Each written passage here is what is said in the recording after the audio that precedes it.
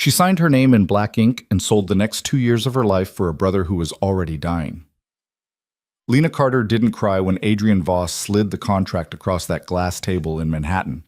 She cried later, alone, in a bathroom that cost more than her childhood home.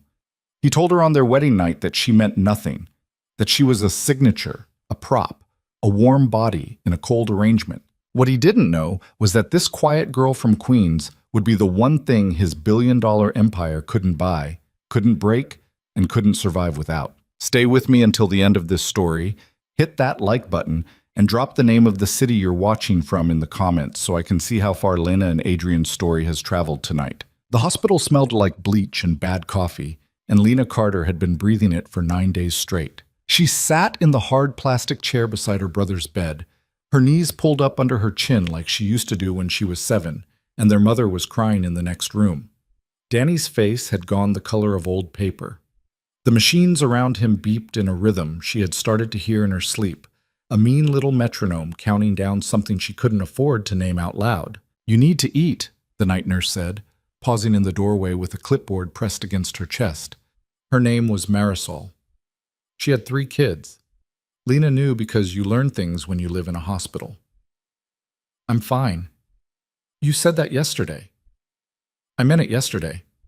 Marisol made a soft sound that wasn't quite a laugh. "Coffee machine on 3 is broken again. The one on 5 isn't, but it tastes like feet. Just so you know your options." Lena smiled because it was expected, and Marisol moved on, and the silence came back heavy as a coat. Danny was 23. He had been 23 for 6 months, and the doctors had used a lot of careful words to explain that he might not make 24. Words like aggressive and experimental, and unfortunately not covered. Their mother had died 4 years ago. Their father had left when Lena was 9 and Danny was 4, and the only thing he'd ever given them was a last name that sounded like it belonged to someone who owned things. They didn't own things. They owed them. The hospital bill, folded into quarters in Lena's coat pocket, was the exact shape of a coffin. $340,000 for the treatment alone. Another $200 for the transplant protocol Danny needed next month. Her job waiting tables at a diner on 34th paid her rent and sometimes her groceries. Her second job tutoring rich kids on the Upper East Side paid for Danny's medications. Neither of them paid for miracles.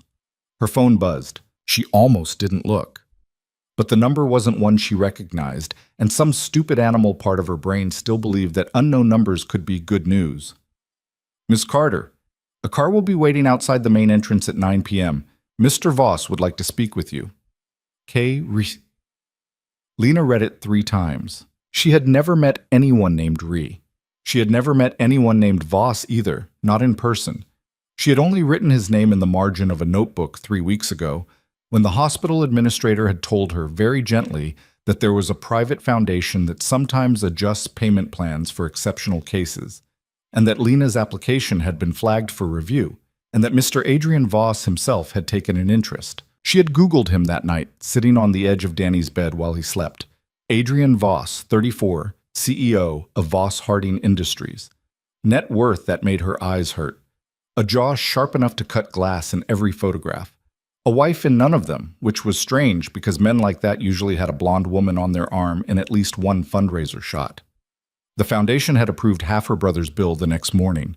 No explanation, no forms. And now a car. "Hey, Danny," she whispered, leaning close to her brother's ear. He didn't stir. His lashes looked too dark against his cheek, like someone had drawn them on. "I'm going to go figure something out, okay? I'll be back before you wake up. I promise." She didn't know yet that she was about to break that promise in every way that mattered. The car was black, long, and so clean it looked wet. A man in a gray suit opened the door for her without smiling. He didn't ask her name, he already knew it. Lena slid into the back seat and immediately felt wrong. Her coat had a coffee stain on the cuff. Her boots had salt lines from the January sidewalks.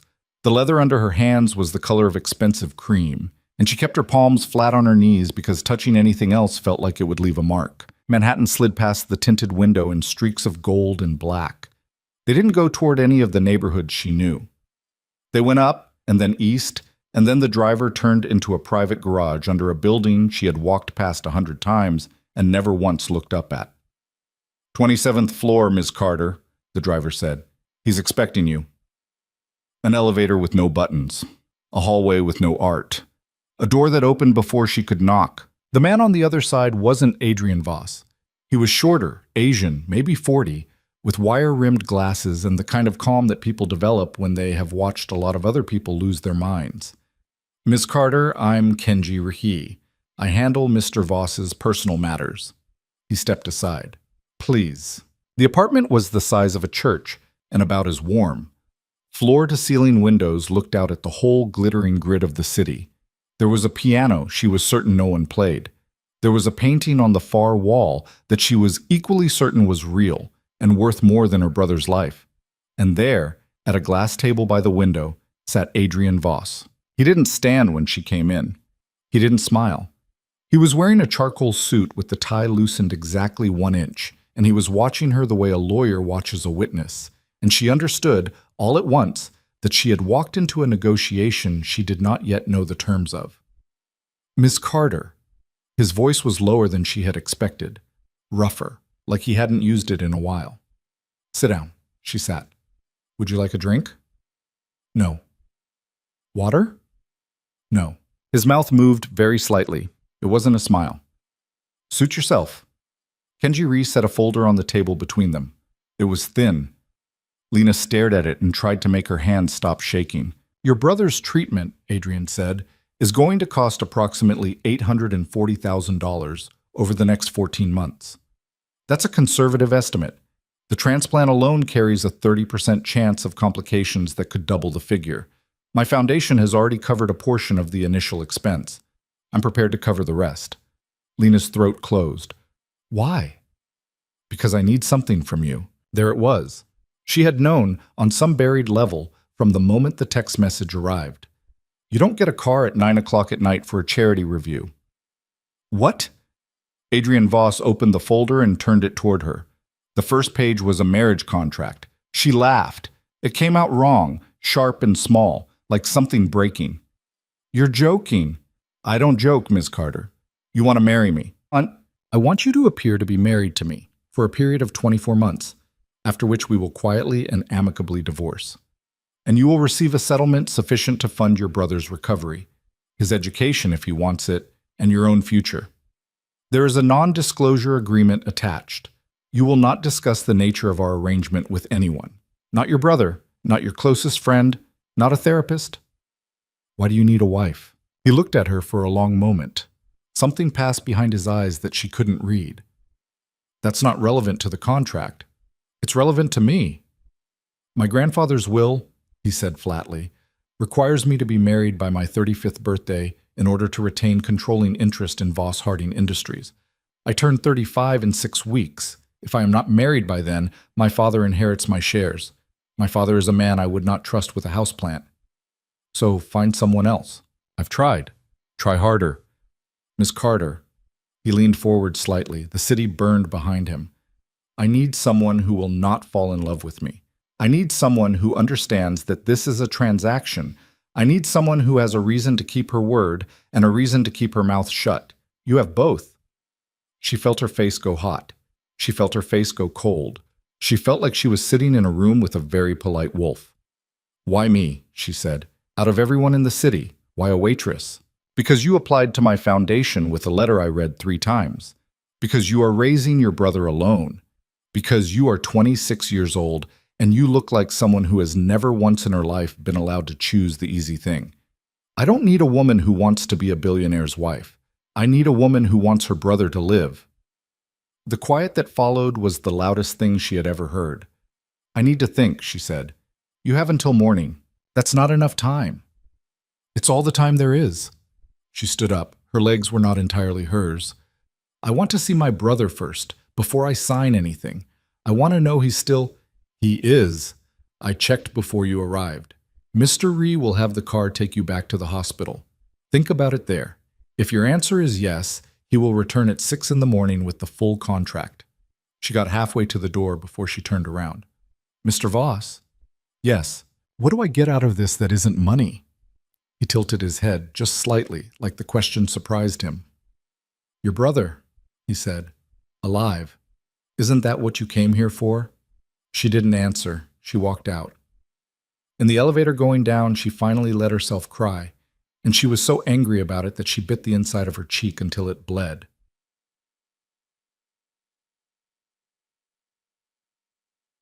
Danny was awake when she got back to the hospital. He blinked at her slowly in the low light and tried to smile and mostly succeeded. "You look like hell, Lee." "Thanks. Where'd you go?" She sat on the edge of his bed and took his hand. It was cool and too light, like holding a bird. "I went to see about your bill." "Lena, it's handled." "Lena, it's handled, Danny. Don't worry about it. Don't ever worry about it. Just get better. That's your whole job now. You don't have to think about anything else, okay? That's it. That's the whole list." He looked at her the way he had been looking at her since their mother died, which was the way a little brother looks at a big sister when he has figured out that she is lying to him in order to save him, and he does not know how to say thank you. "What did you do?" he said quietly. "Nothing. Lena, I got a job, that's all. A good one. I have to travel some. I won't be around as much for a little while, but I'll call you every day, and you're going to be out of here in 4 weeks, and we're going to be fine." "What kind of job?" "Personal assistant." "To who?" "To someone rich enough to pay for this." He closed his eyes. A tear slid sideways into his hair. "Sorry," he whispered. "Don't." "I'm sorry, Lee." "Daniel Joseph Carter, if you apologize to me one more time, I swear to God I will unplug one of these machines, and I don't even know which ones are important." He laughed. It was a small, wet, broken laugh, but it was the best sound she had heard all week. She sat with him until he fell asleep again, and then she went into the bathroom down the hall, the one with the flickering light and the broken soap dispenser, and she sat on the floor with her back against the cold tile, and she cried until her ribs hurt. At 5:58 in the morning, she sent a single text message to Kenji Raha. "Yes." The contract was 43 pages long. She signed it in a conference room on the 82nd floor of a building she would later learn Adrian Voss owned outright. There were 2 attorneys. There was a notary. There was a woman in a navy suit whose only job seemed to be to slide pages forward and witness her initials. Adrian sat at the other end of the table. He did not look at her once. The terms were exactly what he had said, and several things he hadn't. She would move into his penthouse within 72 hours. She would attend public events when requested. She would appear in photographs and conversation to be in love with him. She would sleep in a guest suite on the east side of the apartment. She would not enter his private office without permission. She would not give interviews. She would not contact the press. She would not, under any circumstances, form an emotional attachment to Adrian Voss. That last one wasn't written down. It was in the way he looked past her when she walked in. The wedding was 4 days later in a judge's chambers downtown. She wore a cream dress Kenji had delivered to the hospital in a garment bag, with a note that said size 4, "Let me know if the hem needs adjusting, KR." There were no flowers. There were 2 witnesses, both of them strangers. The judge was a woman with kind eyes who did not ask the usual questions. Adrian said the words without looking at her. Lena said them looking straight at him because she was a lot of things. But she was not a coward, and if she was going to sell 2 years of her life, she was going to do it with her eyes open. He put a ring on her finger. It was heavy and cold and fit perfectly, which meant someone had measured her at some point without her knowing, and she didn't want to think about when. "You may kiss the bride," the judge said. Adrian hesitated. For 1 full second, he hesitated. Then he leaned down and pressed his mouth very briefly to the corner of hers. It wasn't a kiss. It was a check mark. It was a man signing the last page of a document. Lena smiled for the photographer, who was also apparently a stranger, and then she got into the black car again, and Adrian got into a different one, and that was her wedding. Bob. The penthouse at night was worse than it had been in the morning. Kenji had delivered her things earlier that day. 2 suitcases, a box of books, a framed photograph of her and Danny at Coney Island when she was 15 and he was 10. Her whole life fit in the corner of a closet the size of her old bedroom. She stood in the guest suite, which Adrian's housekeeper had called Mrs. Voss's room, with a straight face, and she stared at the enormous bed and the enormous windows and the enormous crushing quiet. and she understood that she had made a deal with a stranger and she was going to have to live in his house now. She changed into pajamas. She washed her face. She sat on the edge of the bed and looked at her hands. A knock. Not loud. Not soft. Measured, the way everything about him was measured. "Come in," she said. And then, because it felt absurd, "It's your house." The door opened.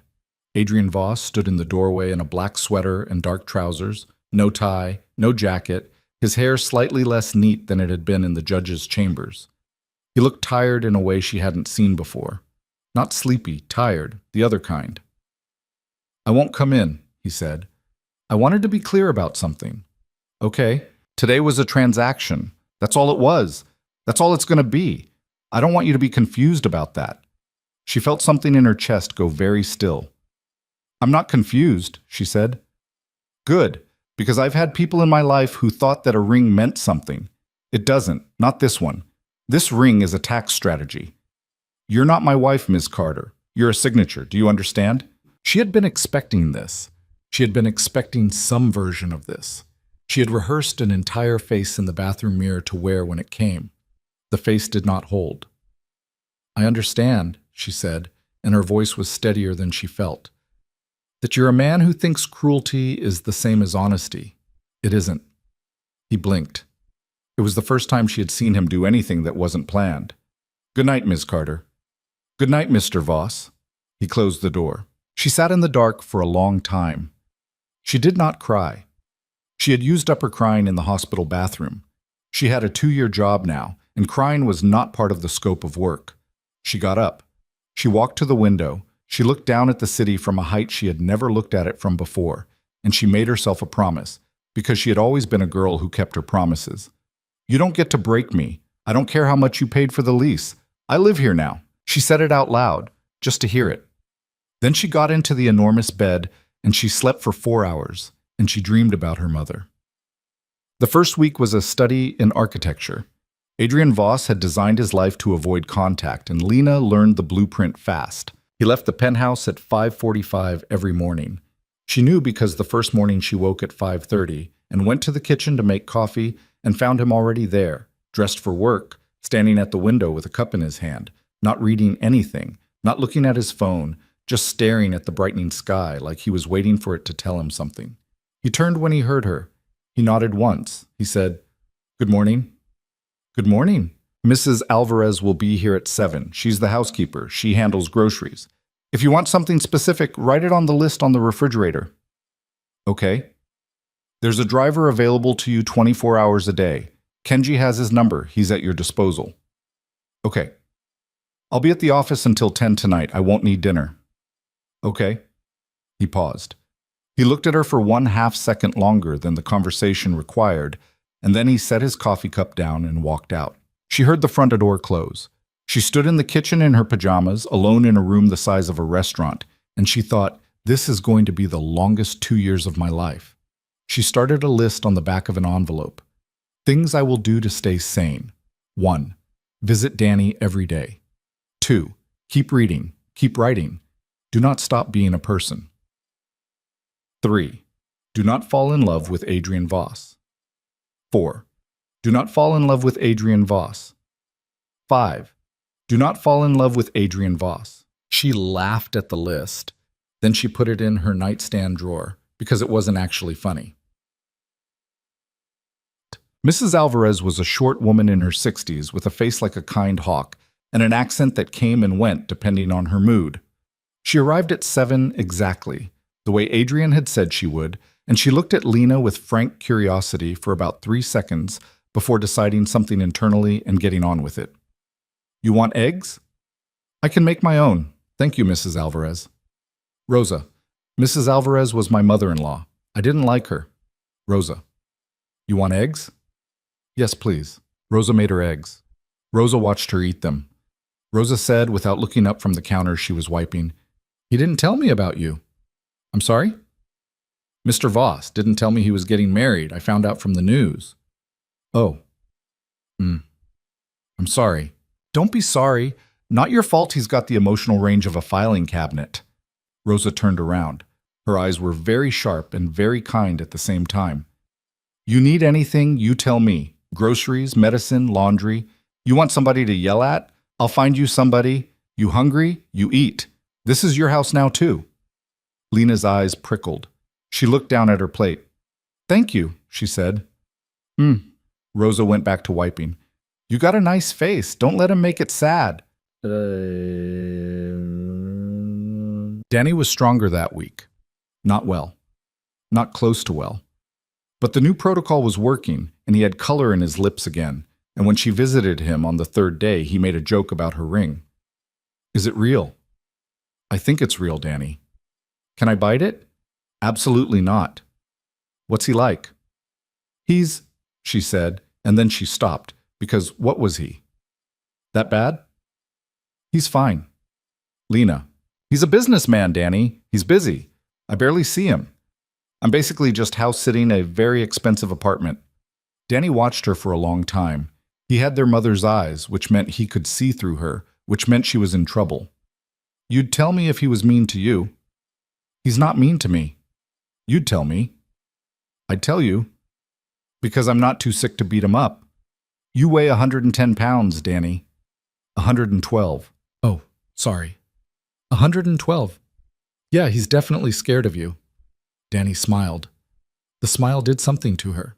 It reminded her why she was doing this, and it reminded her that she had not cried in 3 days, which was the longest stretch since their mother died.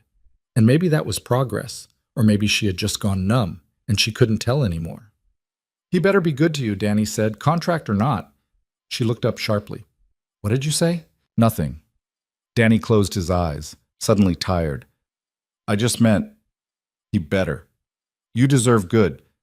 She watched him until his breathing evened out. Then she sat very still and tried to convince herself that he hadn't known what he was saying.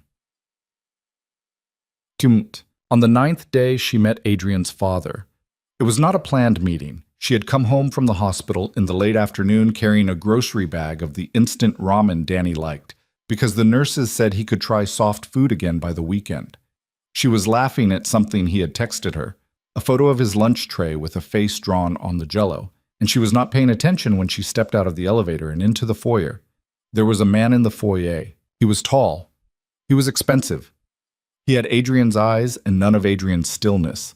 He was maybe 65, silver at the temples, and he looked at her like she was a stain on his shoe. You must be the girl, he said. Lena stopped. I'm sorry? The girl. He waved a hand. Arrangement. Her face went still. I'm Adrian's wife. Is there something I can help you with? I'm his father, Richard Voss, and I've been waiting 20 minutes for him to return my call, so I thought I'd let myself in. He didn't mention you were coming. He wouldn't, would he? Richard Voss looked her up and down, slowly. Not the way men sometimes looked at women. Worse than that. The way a man looks at a piece of furniture he did not order. Well, I'll say this much. You clean up better than I expected, considering. Considering what? Considering what you were a month ago. Her hand tightened on the grocery bag. The plastic crinkled. She could hear her own heart in her ears. Mr. Voss, she said, and she kept her voice very level, because she had waited tables in Queens for 5 years, and she had learned how to talk to men who thought they were better than her. I don't know what my husband has told you about me. I don't particularly care. I'm going to put these groceries away. You're welcome to wait for him in the living room, or you're welcome to leave. Either is fine. Richard Voss smiled. It was not a kind smile. Oh, he said, you're going to be a problem. The elevator dinged behind her. Adrian walked in. He took in the scene in one sweep.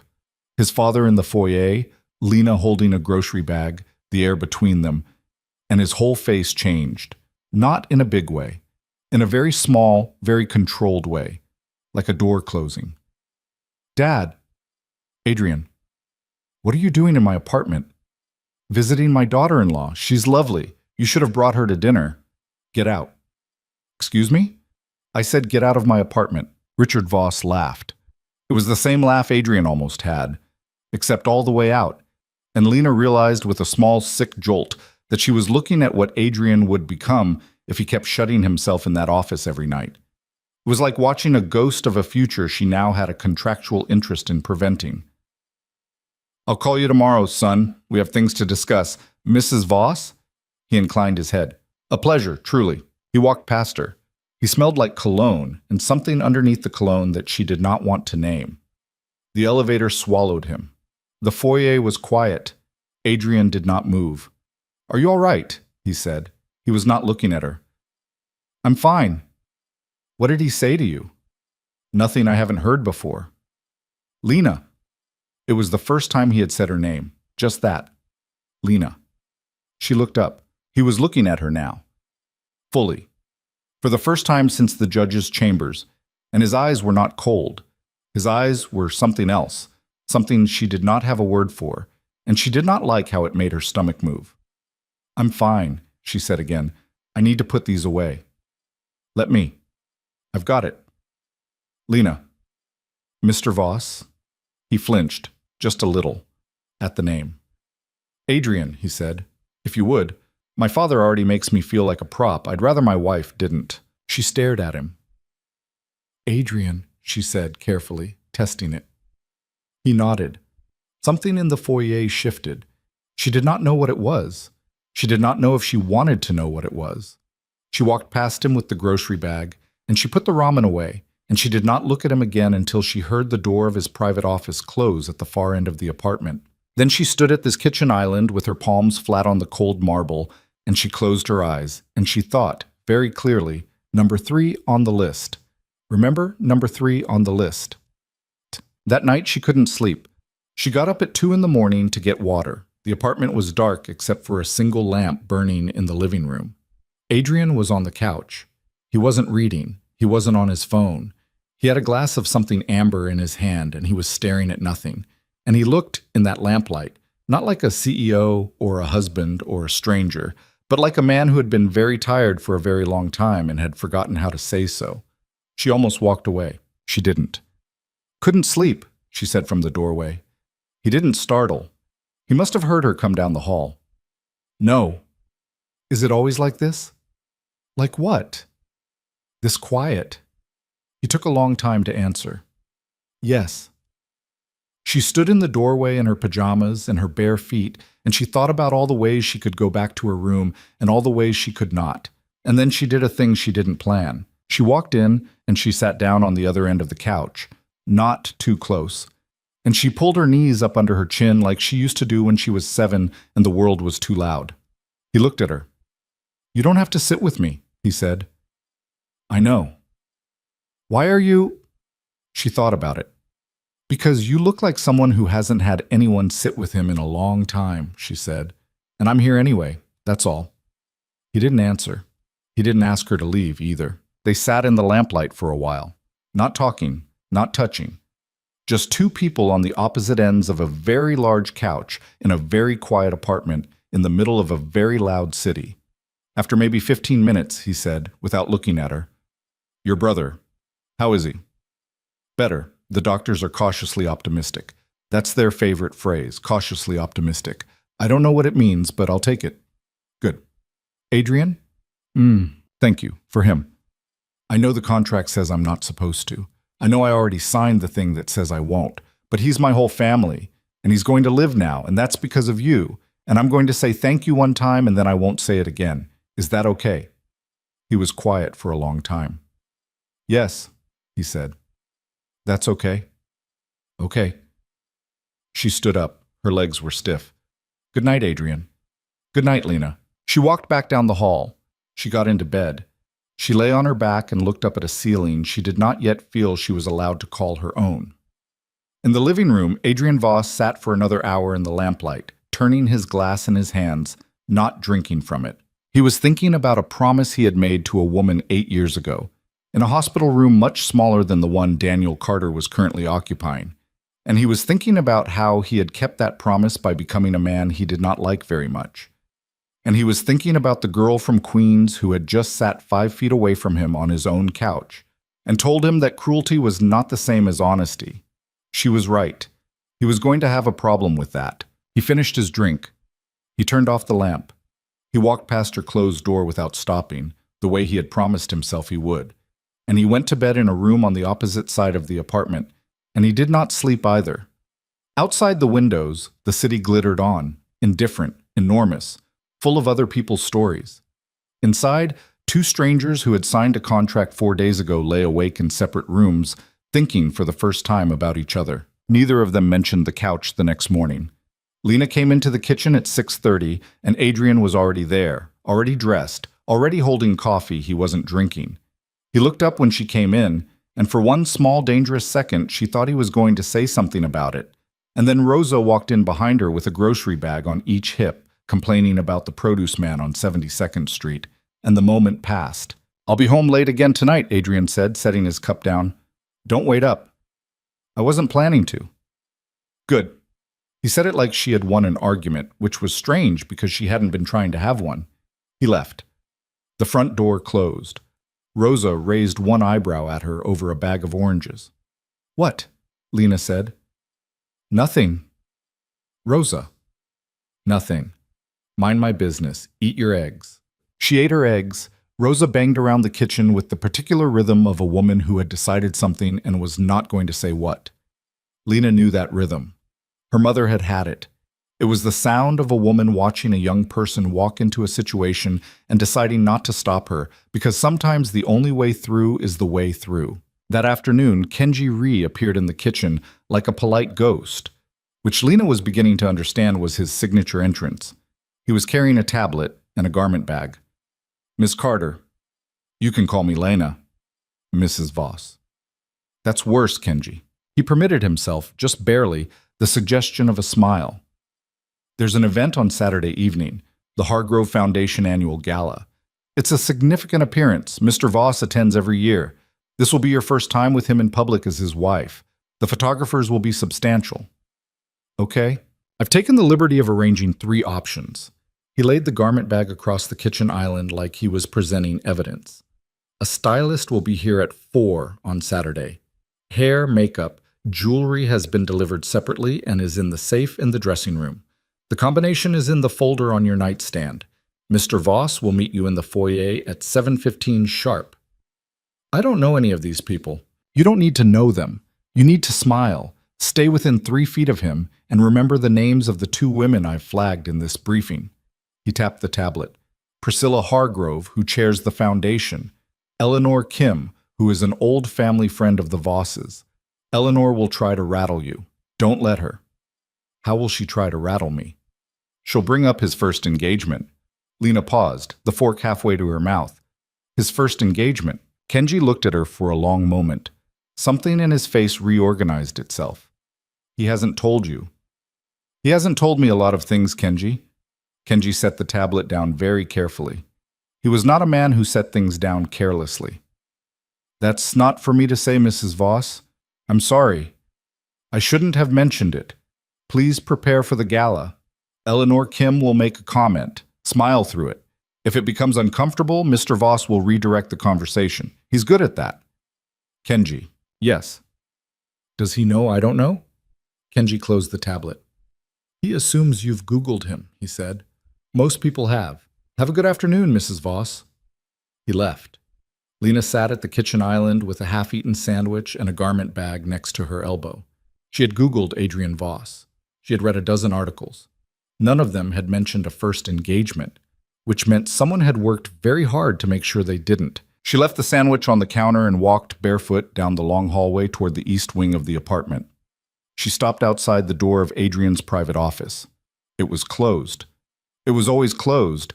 It had been on the list of doors she was not allowed to open, item number 4 of the house rules Kenji had walked her through on day 1. She did not open it. She stood there for a long time, the way a person stands outside a room where someone has died. She did not know why it felt like that. She only knew that it did. Then she turned and walked back down the hall.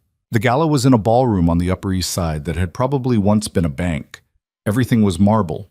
Everything was gold. The chandeliers looked like they had been stolen from a European palace and rehung by a nervous committee.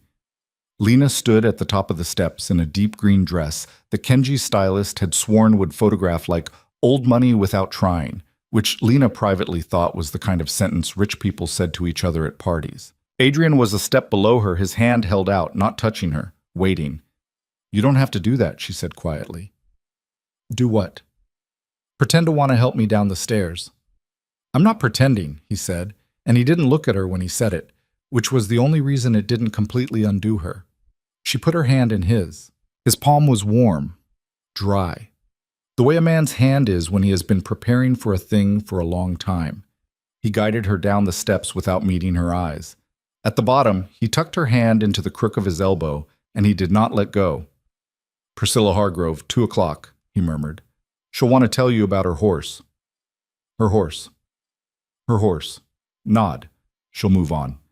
"Okay." "Eleanor Kim will be by the bar later. Stay close to me for that one." Kenji mentioned her. A small pause. "What did Kenji say?"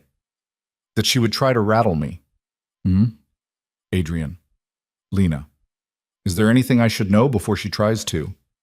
He looked at her then, really looked at her for the first time all evening. The green of the dress was doing something to her eyes. The chandeliers were doing something to the room. His jaw worked once. "Yes," he said. "But not here, psych." "Okay." "After." "Okay, see, and Priscilla Hargrove was a 70-year-old woman with a face like a beautiful axe and a voice that had been trained by a century of cocktail parties. She told Lena about her horse. The horse was named Beaumont. Beaumont had won something. Lena nodded. Adrian's hand pressed very briefly at the small of her back and then released. They did this for an hour. Adrian introduced her. Men in tuxedos shook her hand. Women in sheaths kissed her on both cheeks and called her darling. A photographer asked for a picture and Adrian smiled at her, and for half a second she forgot that the smile was for the camera. And then she remembered, and her own smile came a beat too late, and she hated how much that half second had cost her. Eleanor Kim found them near the bar at 9. She was in her late 50s, elegant in the way of women who had never once in their lives been told no. She embraced Adrian like an aunt. She held Lena's hand in both of hers like an old friend. She was so warm that Lena almost let her guard down. And then Eleanor smiled, and the smile was slightly too wide, and Lena remembered that Kenji had used the word rattle. "So," Eleanor said, "you're the one." "I'm sorry?" "The one who finally managed it. We were starting to wonder. You must be very persuasive, dear." "I'm sorry. I don't know what you mean." "Oh, Adrian is notoriously hard to lock down. I've known him since he was 12. After Charlotte, we all thought he'd sworn it off entirely. A man can only survive so much, you know." Lena did not move. She did not blink. She had waited tables. She had been a good waitress. "Charlotte?" "His fiancée." "Before." "Oh, goodness. He hasn't talked about her with you." Eleanor's free hand went to her pearls, a gesture of delighted regret so well rehearsed it was almost art. "Well, I'm sure he'll get to it. She was the loveliest girl. Just tragic, really, what happened. Adrian, darling, I was just telling your lovely wife." "Eleanor!" Adrian's voice was pleasant. It was also the voice of a man closing a door. "I'd love for you to meet Hiroshi. He's just arrived. You two have been meaning to catch up for months." "Oh, but Hiroshi is right over there." Eleanor Kim was redirected. Lena watched her go. The smile on her own face had not moved. She was proud of that, and also she wanted to sit down. "Adrian." "Not here." "Adrian." "I said not here, Lena." She turned and walked out of the ballroom. She didn't run. She didn't make a scene. She just walked, steadily, in her green dress and her stupid beautiful shoes, out of the ballroom and down the marble hall and into a corridor that smelled like lilies and cold stone. She found a door. She pushed it open. It led to a small private garden on a balcony overlooking the park.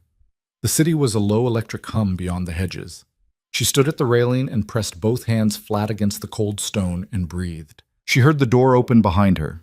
She didn't turn around. "I had to hear it from an acquaintance of your family," she said.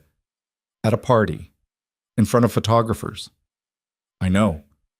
You said you wanted someone who would keep her word and keep her mouth shut. Fine. I will. But don't send me into rooms without a map. I'm not stupid, Adrian. I can handle anything if you tell me what it is. I can't handle being ambushed." "I know." She turned. He was standing 4 feet away, his hands in the pockets of his tuxedo, his bow tie slightly crooked for the first time all night. He looked like a man who had just been punched somewhere that didn't show. "Tell me about her," she said.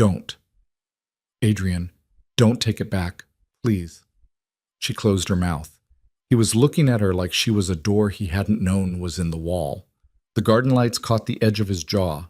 His bow tie was still crooked. I didn't know she was part of the briefing, he said. I'm sorry. I should have told you. I should have told Kenji to tell you. It's been a long time since anyone asked. Okay. We should go back in. Okay? They stood for a minute longer, neither of them moving. Then he reached out and, without saying anything, he straightened his own tie using the reflection in a dark window pane because she had not offered to do it and he had not been about to ask. She walked back into the ballroom 5 feet behind him, and when they walked down the steps together at the end of the night with photographers flashing, her hand was in his arm again, and she squeezed it once on the way to the car. And he did not squeeze back, but he did not pull away either. And for a week afterwards, she thought about that particular not pulling away more than she wanted to admit. The white roses started the next Tuesday. The first one was on the kitchen island when she came in from visiting Danny. A single stem in a small glass vase, no note. She stared at it. She asked Rosa. Came by messenger, Rosa said, not looking up from the stove. For Mrs. Voss. From who? Didn't say. Rosa. Didn't say, Lena. The second one was 3 days later on her bedside table when she came back from the shower. The third was on the desk in the little library she had started to read in, the one with the window that looked east over the river. The fourth was in the foyer on a Thursday when she walked in from the cold, wet, and tired. And it undid her a little, that one, because she had been bracing against the weather and she was not prepared to be met by a flower. She didn't ask him. She could have. She passed him in the kitchen most mornings. She could have said, casually, "Thank you for the roses," and he would have said something and she would have known. But something in her didn't want to know. Something in her liked that they kept arriving without a signature. They felt less dangerous that way. If she didn't know, she didn't have to feel anything about it. That was what she told herself. She was lying to herself. She was aware she was lying. Danny got discharged in the middle of February. He wasn't well. He was just well enough. The transplant had gone through 2 weeks before, and the doctors were doing their cautious optimism routine, which Lena had now come to understand meant they were cautiously optimistic because the alternative was telling a 23-year-old he might still die, and they did not like that conversation. Danny came home with a list of medications as long as her arm, a schedule Lena taped to the inside of her closet door, and a thinness in his face that made her look away sometimes. He was not moving into Adrian's penthouse. That had been one of her hard lines in the negotiation, one of the few places she had dug in. Adrian had arranged an apartment in a building in Murray Hill. It was small and clean and fully paid for. A nurse came twice a day. Lena went every afternoon. Danny grumbled about it, told her she was going to get him sick of her face, and then held her hand too long when she left. She didn't tell Danny about the roses. She didn't tell him about the garden at the gala. She didn't tell him that Adrian Voss had started looking up when she walked into rooms. It was a small thing. She thought she was imagining it the first time. She came home from the hospital on a Wednesday and walked into the kitchen for water, and he was at the island with a laptop and a spread of papers, and he lifted his head the instant she came in, and his eyes found her face before he said a single word. Then he went back to his papers. It was 3 seconds. It was nothing. It happened again on Friday. It happened again on Saturday morning when she came in from the gym in the building downstairs, her hair wet, her face bare, and he looked up from the newspaper he did not really need to read anymore. And his eyes held on her for a fraction longer than a man reading a newspaper was supposed to hold on his wife of convenience. And then he went back to the newspaper, and she went to her room, and she stood in front of the mirror with her heart doing something stupid. She said it out loud. "Number 3, she said. Number 3 on the list." Her face in the mirror did not look convinced. They had their first real conversation on a Tuesday in late February, and she didn't plan for it, and she didn't think he did either, and that was the problem. She couldn't sleep. Again. She was getting used to not sleeping. She went down to the kitchen at 1 in the morning to make tea, and he was on the couch in the living room, and the lamp was on, and he had a laptop open, but he wasn't looking at it. He was looking at the window. "Hi," she said. "Hi." Couch again. Couch again. "Tea?" He looked at her over the back of the couch. "Please." She made tea. She brought him a cup. She sat on the opposite end of the couch, same as the first time, knees up under her chin, and they drank tea in the lamplight. "My brother's home," she said. "I know. Kenji told me." "He's okay." "Good." "Adrian?" "Are you the one sending the roses?" He did not answer for a long time. He took a sip of his tea. He set the cup down on the low table. He didn't look at her. "Does it matter who is?" "Yes." "Why?" "Because if it's you, I need to know what it means." "Does it have to mean something?" "In my experience," she said, "flowers always mean something, even when people say they don't, especially when people say they don't." He was quiet. "They were her favorite," he said finally. "Charlotte's. White roses. I haven't sent them to anyone in 8 years. I haven't had a reason to. And then after the gala, I don't know. I wanted to. I didn't mean for it to be a thing. I told Kenji to just have them sent. It was not supposed to be a message." "Okay." "It wasn't an apology, exactly." "Okay." "I don't know what it was, Lena." She held her tea. The steam was rising, the lamp was low. She could hear the refrigerator cycling in the kitchen. "Don't send them any more," she said, very gently. He looked at her. "They're her flower, Adrian. They're not mine. If you want to send me flowers, send me something that's mine. Don't put me in her dress." He was quiet for a long time. "I'm sorry," he said. "Don't be sorry, just think about it." "Okay?" "Okay." She set her tea down. She stood up. She went back to bed. She heard him sit on the couch for another hour before his footsteps passed her door. She did not open her eyes. She did not let herself. The next Tuesday, a single yellow tulip arrived on her bedside table. No vase, just a tulip, laid across the pillow like a feather. She picked it up. She held it to her face. It had almost no smell. It was a stupid flower, a plain flower, a flower that meant nothing. She put it in a glass of water on her nightstand, and she kept it there until it died a week and a half later, and then she pressed it between the pages of a book. She didn't tell anyone. Not Danny, not Rosa, not even herself, really. She just did it, and she closed the book, and she put the book back on the shelf. He came home early on a Thursday in the first week of March, which had not happened once in the month she had lived there. She was in the library, curled in the window seat with a novel in her lap, not reading it. It was raining. The windows were streaked. She heard the front door. She heard his footsteps, which she now knew by sound, and she heard them stop in the hallway outside the library door, which had never happened. He knocked. "Come in." He opened the door. He was still in his coat. His hair was wet. He looked, for a man who had just walked in from the rain, like he did not quite know where he was. "Rosa said you were in here." "I am." "What are you reading?" She held up the book. He squinted at the cover. He half smiled. It was a small, real smile. It was not his photograph smile. "Is it good?" "I've read it 4 times. I think that means yes." "May I sit?" She moved her feet off the window seat. He sat. He did not take off his coat. He looked out the window for a minute, and then he said, without looking at her, "I'm going to San Francisco tomorrow for 3 days, board meeting." "Okay. I wanted to tell you in person. I realized I haven't been informing you of things." "Thank you. I also wanted to ask—" He stopped. He rubbed his hand along his jaw. His jaw was rough. He hadn't shaved since that morning. "There's a dinner on Saturday, in the city, small, 8 people. It's not a work thing. It's an old friend of mine. He has a birthday every year. I always go. You don't have to come. It's not on the schedule. I know you don't like the big events. I just thought, if you wanted." Lena looked at him. She had not been invited to anything that wasn't on a schedule since she had signed the contract. "Who's your old friend?" "His name is Marcus. He's a doctor. We went to college together. He's nothing like the people at the gala. I promise." "Is his wife nice?"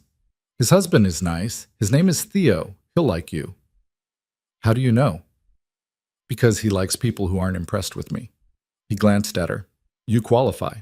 She laughed. It surprised her. She hadn't laughed in front of him before. "Okay." "Okay, you'll come?" "Okay, I'll come." "Okay." He got up. He walked to the door. He paused. "Lena." "Yeah." "Thank you for the other night, the tea." It was tea, Adrian. I know. He closed the door. She sat in the window seat with a novel she was not reading, and the rain hit the glass in long, slow streaks, and she thought about a yellow tulip pressed between the pages of a book 3 rooms away. And she thought, very clearly, you are in trouble, Lena Carter. And then she thought, you have been in trouble for weeks. Danny called her the next morning. He was having a good day. He wanted to know when she was coming. This afternoon, she said. Good. Lee. Yeah. You sound different. Different how? I don't know. Lighter.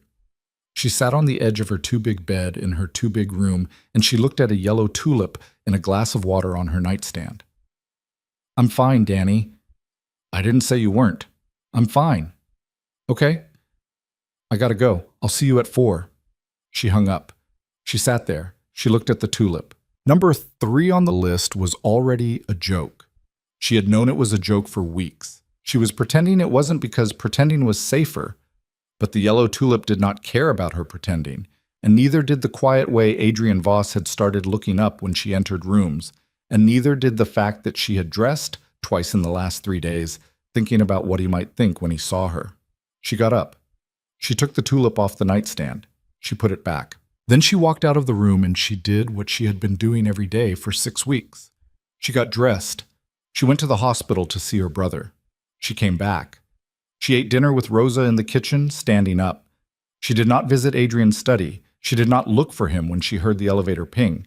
But that night, when she passed his closed study door on the way to her room, she stopped for the first time. She pressed her hand flat against the wood.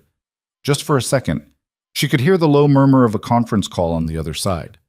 She could hear his voice speaking to someone in Singapore about a deal she did not understand. She took her hand away. She went to bed. She did not sleep. In the other wing of the apartment, Adrian Voss ended his call, closed his laptop, and sat in his chair in the dark for a long time. On his desk was a framed photograph he had not taken out in 8 years.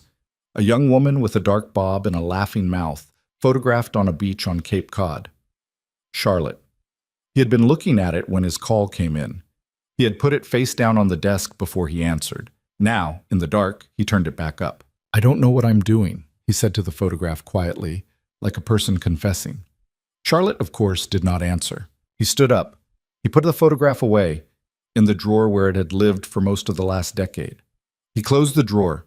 He walked out of his study and down the long hall, and he paused for half a breath outside the closed door of the guest room, and then he kept walking, because he had told her on her wedding night that she was a signature, and he was a man who had kept worse promises to worse people than Lena Carter. He went to his own room. He lay in his own bed. He did not sleep either. Outside, the rain kept on, and somewhere in the dark between them, a yellow tulip stood in a glass of water on a stranger's nightstand, and it meant, whatever they pretended, a great deal more than nothing. The rain was still coming down Saturday evening, a thin, cold rain that made the streets gleam like black mirrors, and Lena stood in the foyer in a dark red dress Rosa had pressed for her that afternoon, waiting for a man who was, for the first time, 10 minutes late. She did not admit to herself that she was waiting. She stood at the window with her arms folded and watched the headlights move along the street 27 floors below, and she told herself she was just looking at the rain, but she checked her reflection in the dark glass twice before she heard the elevator, and that told her everything. Adrian came in fast. His coat was damp across the shoulders. His hair was pushed back with one hand, the way men push their hair back when a meeting has gone long, and he saw her, and he stopped, and he said, "I'm sorry, the car got stuck on 59th. It's fine. You look—" He did not finish the sentence. "I look what?" she said, and she didn't mean to say it. It came out of her mouth before she remembered what it was going to sound like. He looked at her for a second longer than the foyer required. "You look like you're going to ruin my friend's dinner for me," he said quietly. "Because Theo is going to like you more than he likes me." She laughed. It was a small laugh, but it was real, and it hung between them in the foyer for a second, and she saw his shoulders drop a half inch, and she understood with a clarity that alarmed her that she had just made this man's day easier by laughing at his joke. She also understood that she had wanted to. "Let me get your coat," he said. "I've got it." "Let me get your coat, Lena." She let him get her coat. In the elevator down, standing beside him in a red dress with his hand almost but not quite at her back, she thought, "Okay, yes, You are in trouble, and you are going to be in trouble, and you have a whole dinner to get through before you can decide whether to do anything about it. Marcus and Theo lived in a townhouse in the West Village with a green door and a brass knocker shaped like a fox. Theo answered the door in a cardigan, a glass of red wine in his hand, and he looked at Adrian and then looked at Lena and said, with the voice of a man delivering a verdict on something he'd been curious about for a while, "Oh, you're real. Theo, I was told you were a rumor, darling, a legal fiction, a tax arrangement, and yet—" "Theo, come in before I embarrass you further." Theo stood aside. "Marcus, the Vosses are here. Put on a shirt." "I'm wearing a shirt," a voice called from the kitchen. "A different shirt, honey. You've been in that one since noon." It was the first home Lena had been inside in 6 weeks that felt like a home. There were books on every surface. There was a dog, some kind of scruffy gray thing that came to investigate her shoes, and then leaned its whole body against her shin. There was the smell of garlic and something roasting, and someone was playing a record in the next room, a scratchy old thing Lena's mother had loved, and she felt her chest do a dangerous soft thing and had to look at the ceiling for a second. "Come here," Theo said, and he took her coat, and he took her arm, and he walked her away from Adrian without apologizing for it. "Tell me everything. I don't believe a word of what he's told Marcus, and I want to hear it from you. How did you meet? Be honest. I love a scandal." "It wasn't a scandal." "Oh no, sweetheart, no. Everything about you two is a scandal. You walked in here in that dress. Give me a scandal." She looked across the room. Adrian was being embraced by a tall, curly-haired man in a sweater with a hole in the elbow. Adrian's whole face was different. She had not seen that face before. It was the face of someone with a history that was not made of boardrooms. Marcus was hugging him too long. Adrian was letting him. She had to look away. "He helped my brother," she said quietly. "That's the honest answer. My brother was sick. He helped." Theo's grip on her arm changed. It was still light. It was kinder. "Oh, honey. He's better now, Danny. My brother, he's better." "Good. And that's why, that's part of why. Part of why." "Theo." "Understood. Understood. I'll stop. I'll stop for now. Come eat. Come sit by me. I need someone to agree with me about the Pinot. Marcus has no palate. He's a surgeon. He thinks everything tastes like iron." The dinner was 6 people. Marcus and Theo. A woman named Ingrid who was some kind of professor and who laughed like a door slamming. A man named Sam who was Theo's oldest friend and who had brought a strawberry tart in a cardboard box and apologized for it 4 separate times. And Adrian and Lena, across from each other at the round table, and Theo on her left, steering the conversation like a pilot. Marcus toasted his own birthday badly. He told a long story about Adrian in their 2nd year of college, about a stolen traffic cone and a dean's lawn. Adrian sat with his elbow on the table, his face in his hand, laughing quietly, and Lena watched him laugh. And she watched a version of him she had never been introduced to, and she thought about the man who had stood in the doorway of her bedroom 6 weeks ago and told her that she was a signature. He caught her looking at him. He held her eyes. He did not look away. "What?" he said across the table. "Nothing. You're smiling." "I'm not." "Lena." "Eat your steak, Mr. Voss." Theo beside her did not say anything, but he took a long, slow sip of his wine, and Lena saw his eyes move between them, and she knew he had just written something in a ledger she would not be allowed to read. It was on the walk from the townhouse to the car at the end of the night, in the soft, wet cold, that Adrian said, half to himself, "I forgot what it was like." What it was like. To sit at a table with people who knew me before. Before what? He didn't answer. The driver opened the door for her. She got in. Adrian got in on the other side. The door closed. The city slid by. "Before Charlotte," he said finally. "Before all of it." "Oh, Marcus has been asking me to come to his birthday for 8 years.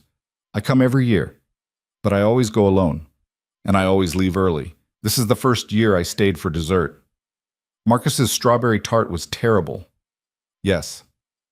"Sam apologized for it 4 times." "Yes." "Theo told me you were a rumor." "That sounds like Theo." "He told me a legal fiction." "Also sounds like Theo." She looked at him. He was looking straight ahead. The streetlights went across his face in pulses. Adrian, Lena, thank you for tonight. You don't have to thank me. I do, though. No, you don't. The car turned onto park. She put her head back against the headrest. He did not look at her. She did not look at him. The space between them in the back seat felt, for the first time, like something with a weight. She thought very calmly, I am going to do something I'm not supposed to do. Not tonight, but soon. The thought did not scare her as much as she had expected it to. The next morning she woke up at 8, which was late for her, and the apartment was quiet in a way that felt different. She went into the kitchen in sweatpants and a t-shirt, and Rosa was at the island peeling apples, and Rosa took one look at her and said, What? Nothing. Rosa. Nothing, mi amor. Rosa. Dinner was good? Dinner was fine. Rosa. I said nothing. Rosa flicked a curl of apple peel into the bowl. Coffee's on the counter. Mr. Voss already left. He said to tell you he'll be back late.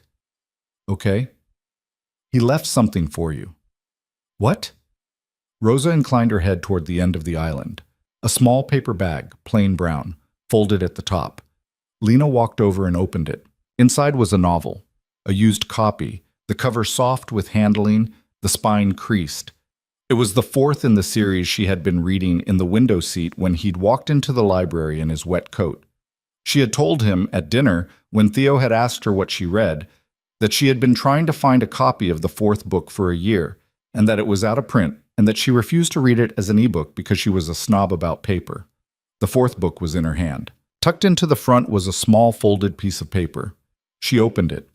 His handwriting was smaller than she had expected, tighter, a little cramped. I had Kenji find one. It took him 11 phone calls. Please don't tell him I wrote that. She stood at the kitchen island with a paperback in her hand and a handwritten note on the marble in front of her, and she thought about number 3 on the list, and she thought about how long it had been since anyone had paid attention to her hard enough to know what book she was missing, and she thought about how she was supposed to keep her head down for another 22 months and then disappear. Rosa did not look up from her apples. He's a strange one, Rosa said, very softly, like she was not really talking to anyone. Not bad, just strange. He doesn't know how to do this. Nobody taught him. His mother died when he was 9, you know. His father taught him the wrong things. I've worked for him 6 years. You watch. He's going to do it wrong.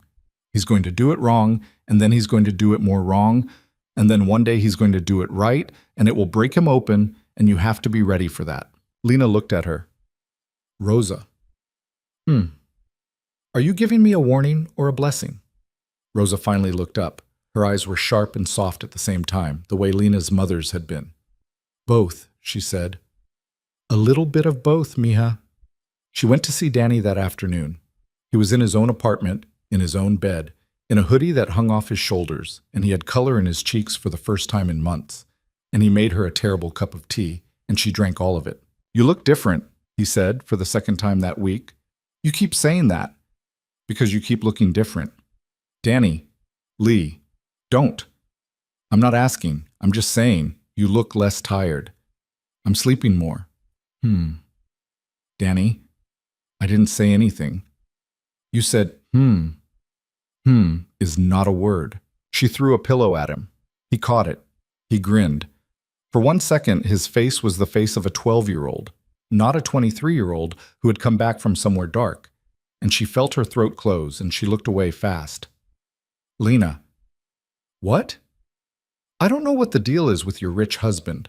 I'm not asking. You said you got a job. I'm going to pretend it's a job. But if he's good to you, Danny, if he's good to you, Lee, you can let yourself have that. Mom would have wanted you to. You've been taking care of me for 4 years. You're allowed to... Stop. Okay. Just stop. Okay, Lee. She sat in the chair by his bed with her hands in her lap, and she did not cry, because she was not going to cry in front of her little brother, but she put her hand on his blanket where his foot was, and she held it there, and he did not say anything else. It was almost midnight when she got home. The penthouse was dark except for the lamp in the living room. He was on the couch again. You're home early, she said from the doorway. I left after the first hour. The client was being a fool. I let the other partner handle it. Okay. Come sit. She walked in. She sat on the other end of the couch. She had, at some point in the last 6 weeks, stopped putting her knees up under her chin. She sat like a person tonight, like a woman on a couch with a man she was allowed to be on a couch with. Did you like the book? He said. I haven't started it. Why? Because I wanted to think about it for a while. Oh. Adrian. Yeah. It was the kindest thing anyone has done for me in a long time. I don't know what to do with it. He was quiet. You don't have to do anything with it. That's not true. You know that's not true. Lena, we have a contract. I know. The contract says, I know what the contract says. I wrote it. So what are we doing? He did not answer right away. The lamp was on. The city glittered. He turned the glass in his hands, the way he did, and she had learned by now that it meant he was thinking about whether to say a true thing. I don't know, he said. Okay. I really don't know, Lena. Okay. I wrote that contract because I was afraid. I wrote it in a way that would protect you from me. That's the truth. I did not want another woman to. I was trying to make sure no one could be hurt. I didn't think past that. I didn't think anyone could actually. I didn't plan for what? For you. She sat very still. Adrian, I'm not going to say anything else. I'm not going to put you in a position where you have to manage me. I wanted to answer your question honestly. You asked what we were doing. I don't know. I'm doing something I did not plan for. I don't know what to do with it. That's my whole answer. She looked at him. He was looking at the coffee table. His jaw was tight. Okay, she said. Okay. I'm going to bed. Okay. Adrian? Yeah. I don't know either. He nodded once. She got up. She walked back down the hall. She stood outside her bedroom door for a long time. She did not go back. She went into her room. She closed the door. She got into bed in her clothes. She lay in the dark. Her phone buzzed at 12:47. It was a text from a number not saved in her phone. I'm about to make a very bad decision. I am trying not to. I am going to bed now. I will see you tomorrow. Oh, she read it twice. She deleted it. She put her phone face down on the nightstand. Then she picked it up and undeleted it because she was 26 years old and she had never in her life been the woman a man sent a text like that to, and she was not going to erase it just because she was scared. She put the phone back down. She did not sleep for a long time.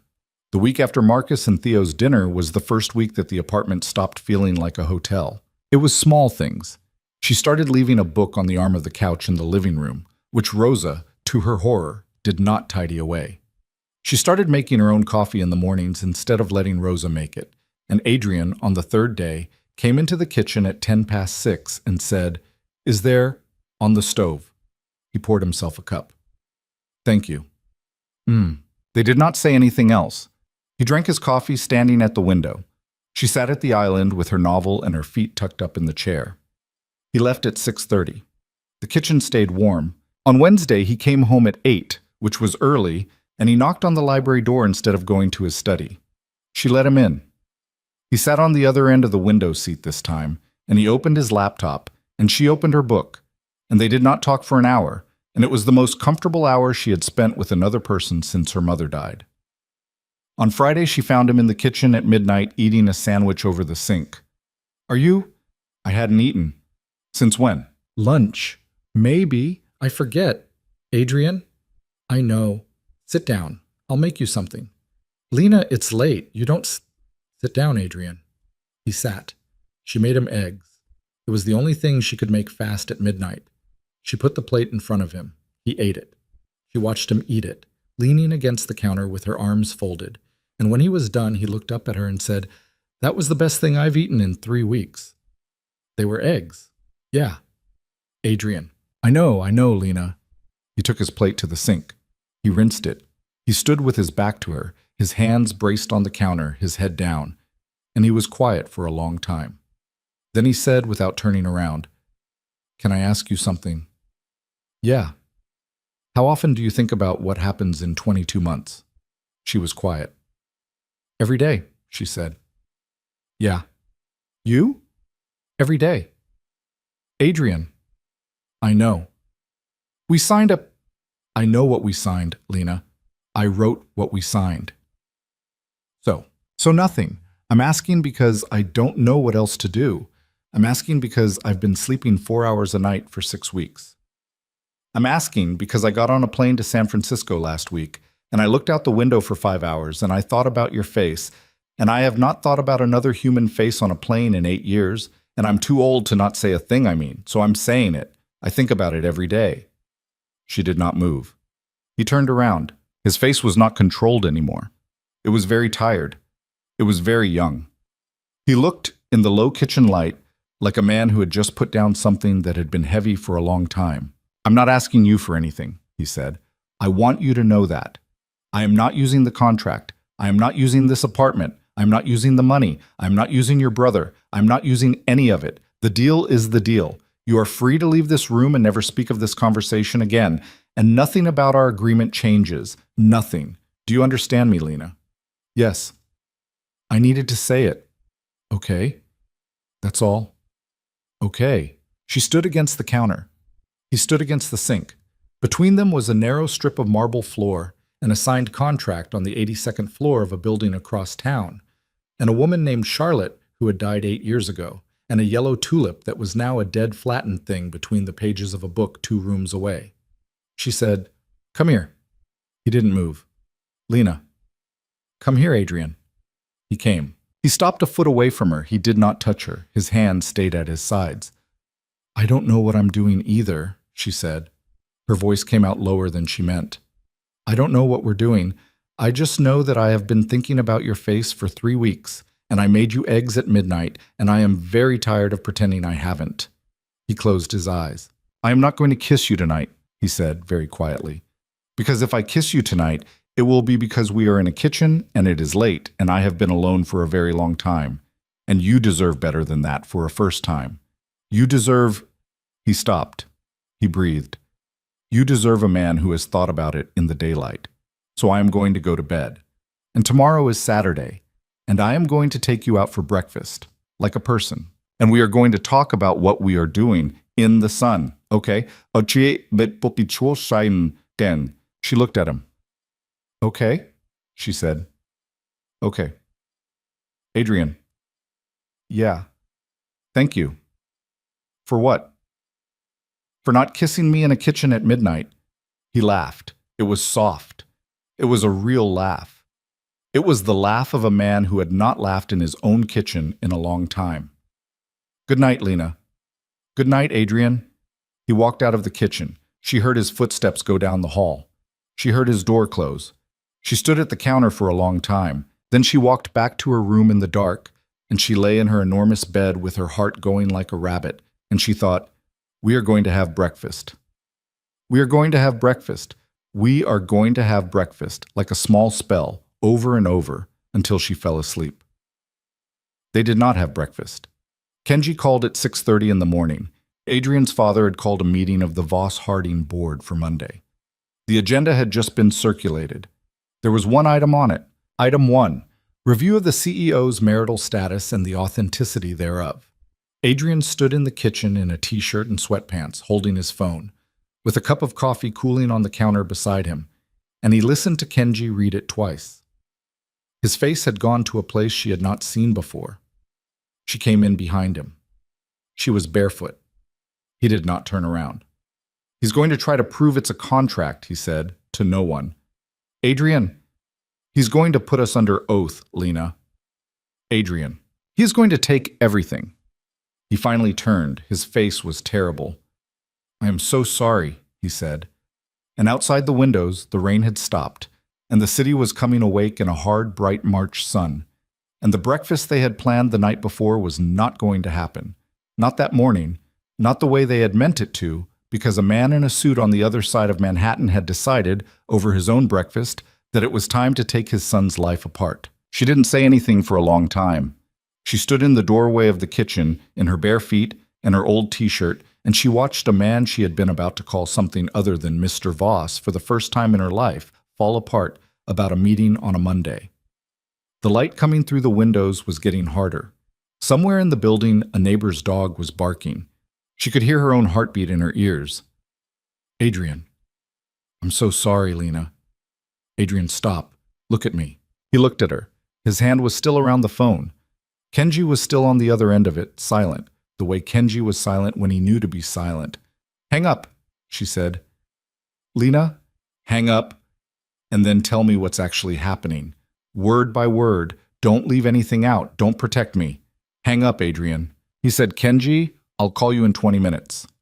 He hung up. He put the phone face down on the counter. He rubbed both hands over his face, hard enough to leave red marks, and when he took them away, he looked a decade older than he had 10 minutes ago. Sit, she said. Lena, Sit. He sat at the kitchen island. She poured him fresh coffee. She poured herself some. Her hands were not as steady as she wanted them to be, and she didn't care, because his were worse. Tell me what he can do, she said, sitting across from him. Your father, concretely, not the fear of it. What can he actually do? He's calling a special session of the board. He's going to propose a review of our marriage. He's going to argue that if it's a contractual arrangement and not a marriage in good faith, my grandfather's clause isn't satisfied. If the board agrees, the shares transfer. Can he prove it's a contract? He doesn't have to prove it. Adrian, he doesn't have to prove it, Lena. He has to make enough of the board suspect it. This is not a court of law. It's 12 men and 2 women in a boardroom who have known my father longer than they've known me. He has to raise enough doubt that 3 of them flip. That's all. 3 people. How many does he have? He has 2 for sure, probably a third. We were already watching it. If he goes public with this, if he even hints at it in the meeting, we could lose Harriet Okonkwo. And if we lose Harriet, we lose Finn, and then it's done. It's over. What does over mean? It means he takes my seat. It means he takes the company my grandfather built. It means every single thing my grandfather told me to protect. My father strips for parts within 2 fiscal quarters. He's been waiting for this for 11 years, Lena, since my grandfather died. This is what he's wanted. He just needed the opening. And I'm the opening. No. Adrian, you're not the opening. He would have found something. If it hadn't been this, he would have found something. But it's this. Adrian didn't answer. He looked at his coffee. He didn't drink it. Okay, she said. What does he want? Exactly. I don't know yet. Yes, you do. He looked up at her. Yes, you do, Adrian. You've known him your whole life. You know exactly what he wants. Tell me. Adrian's jaw worked. He took a long breath. He'll offer a trade. He always does. He won't kill the board review if I give him something. A board seat for one of his people. A division. A vote. That's how he works. He doesn't want to actually run the whole company. He's not interested in that. He's too lazy. He wants to gut it. He wants to be able to walk into a room and tell people his son bends to him. Okay. Or he stopped. Or what? Or he'll ask for you. For me. For you to leave. Publicly. Quietly. He'll want a statement, a story. He'll want you gone, and he'll want it to read. In the press. Like I chose it. That's his favorite move. He doesn't just want to take something from me. He wants me to hand it to him. He wants to watch me do it. Lena set her coffee down. She did not say anything for a long time. Okay, she said. Lena, I'm thinking, Adrian. Let me think. He let her think. She sat at the kitchen island in her bare feet and her old t-shirt with her fingers wrapped around a cup of coffee she wasn't drinking, and she thought about Danny in his apartment in Murray Hill with his new transplant and his 3 times a day medication schedule. She thought about a foundation that had paid a bill she could not have paid if she had worked 2 jobs for 100 years. She thought about 43 pages she had signed in a conference room on the 82nd floor of a building in another part of the city. She thought about a yellow tulip pressed between the pages of a book 2 rooms away. Adrian, she said. Lena, if I go, does it save you? No. Adrian. No, Lena. I am not answering that question like that because the question is not, answer it. If you go publicly, on his terms, in a way that looks like I chose it, then yes, it probably neutralizes the board review because the board review is about whether our marriage is real. And if the story is that the marriage is over, the review becomes irrelevant. Yes, technically, yes. Okay. Lena, I'm not saying I'm doing it. I'm saying, let me know what the chessboard is, because I need to know what the chessboard is. We are not putting you on the board. I already am on the board, Adrian. He closed his eyes. She got up. She walked around the island. She stood in front of him. He did not raise his head. She looked down at the top of it, at the small cowlick at his crown that he had probably been trying to flatten his whole adult life, at the tension in the line of his neck, and she felt something in her chest that was not number 3 on the list, had not been number 3 on the list for weeks, and she put her hand very gently on the side of his face. He flinched, just the smallest movement. It was not a flinch of rejection. It was the flinch of a man who is not used to being touched. Adrian. Don't. Adrian, look at me. He looked at her. I'm not going to leave on his terms, she said. I'm not going to let him write this. I'm not going to let him use me like that. He doesn't get to. That's not his scene to direct. Okay, but I need you to do one thing for me. I need you to stop looking like this. I need you to stop looking like the man who signed a 43-page contract to keep anyone from getting hurt. That man is not going to survive Monday. I need the other one. I need the one who told me last night he got on a plane and thought about my face for 5 hours. Can you do that? Yes. Adrian. Yes. She took her hand away. She turned. She walked to the window. She looked out at the city. Her back was to him. Kenji, she said. What? Call Kenji, now. Tell him we need a strategy meeting this morning. All 3 of us. Here. I want to know every board member by name. I want to know what every one of them has wanted from your family in the last 10 years and what they are afraid of. I want to know who likes your father and who is scared of him and who owes him and who owes you and who is waiting to pick a side. I want to know what your grandfather's will actually says, not a summary, the document. I want to read it. Lena, call Kenji. Adrian? He called Kenji. Kenji was there in 40 minutes in a blazer on a Saturday, with a leather bag under his arm and 2 tablets and a thin expression that Lena eventually came to understand was the closest thing he had to alarm. Mrs. Voss, he said. Lena. Lena. Sit down, Kenji. I'm making more coffee. They sat at the dining table. Papers went out. Binders came out. The will, which Adrian had not in fact read in its entirety since he was 27, was opened on the table between them. Kenji walked them through the board one by one. Lena wrote names on the back of an envelope the way she had written her list the first week. Priscilla Hargrove's sister-in-law. Harriet Okonkwo's real estate. Finn Marsh's second wife. She wrote fast. Her handwriting was messy. She wrote in questions, not answers. Okay, she said, an hour in. Kenji. Lena. The review on Monday. What triggers it? A motion from a board member. It has to be seconded. Who seconds for Richard? Lyle Dorrance. He's been in Mr. Voss Sr.'s pocket since the 90s. Can we get to him? He's not reachable. He's bought. Fine. Who's the third vote? Who's the man your father thinks he has but doesn't quite? Kenji hesitated. He glanced at Adrian. Benjamin Eng, he said slowly. Possibly. He's not loyal to Richard. He respects him, because he respects everyone with that much money, but he's not his man. He's been a floater for 18 months. Adrian has been working on him, quietly. How quietly? Mr. Voss has had 2 private dinners with him in the last year. Lena turned to Adrian. What does Benjamin Ung care about? Adrian rubbed his jaw. He was listening to her. He was actually listening. His daughter is 26. She's trying to start a nonprofit. Her board keeps telling her she's too young. He's told me about her twice in the last year. Not professionally, personally. Both times he was a little drunk. Okay. Okay, what, Lena?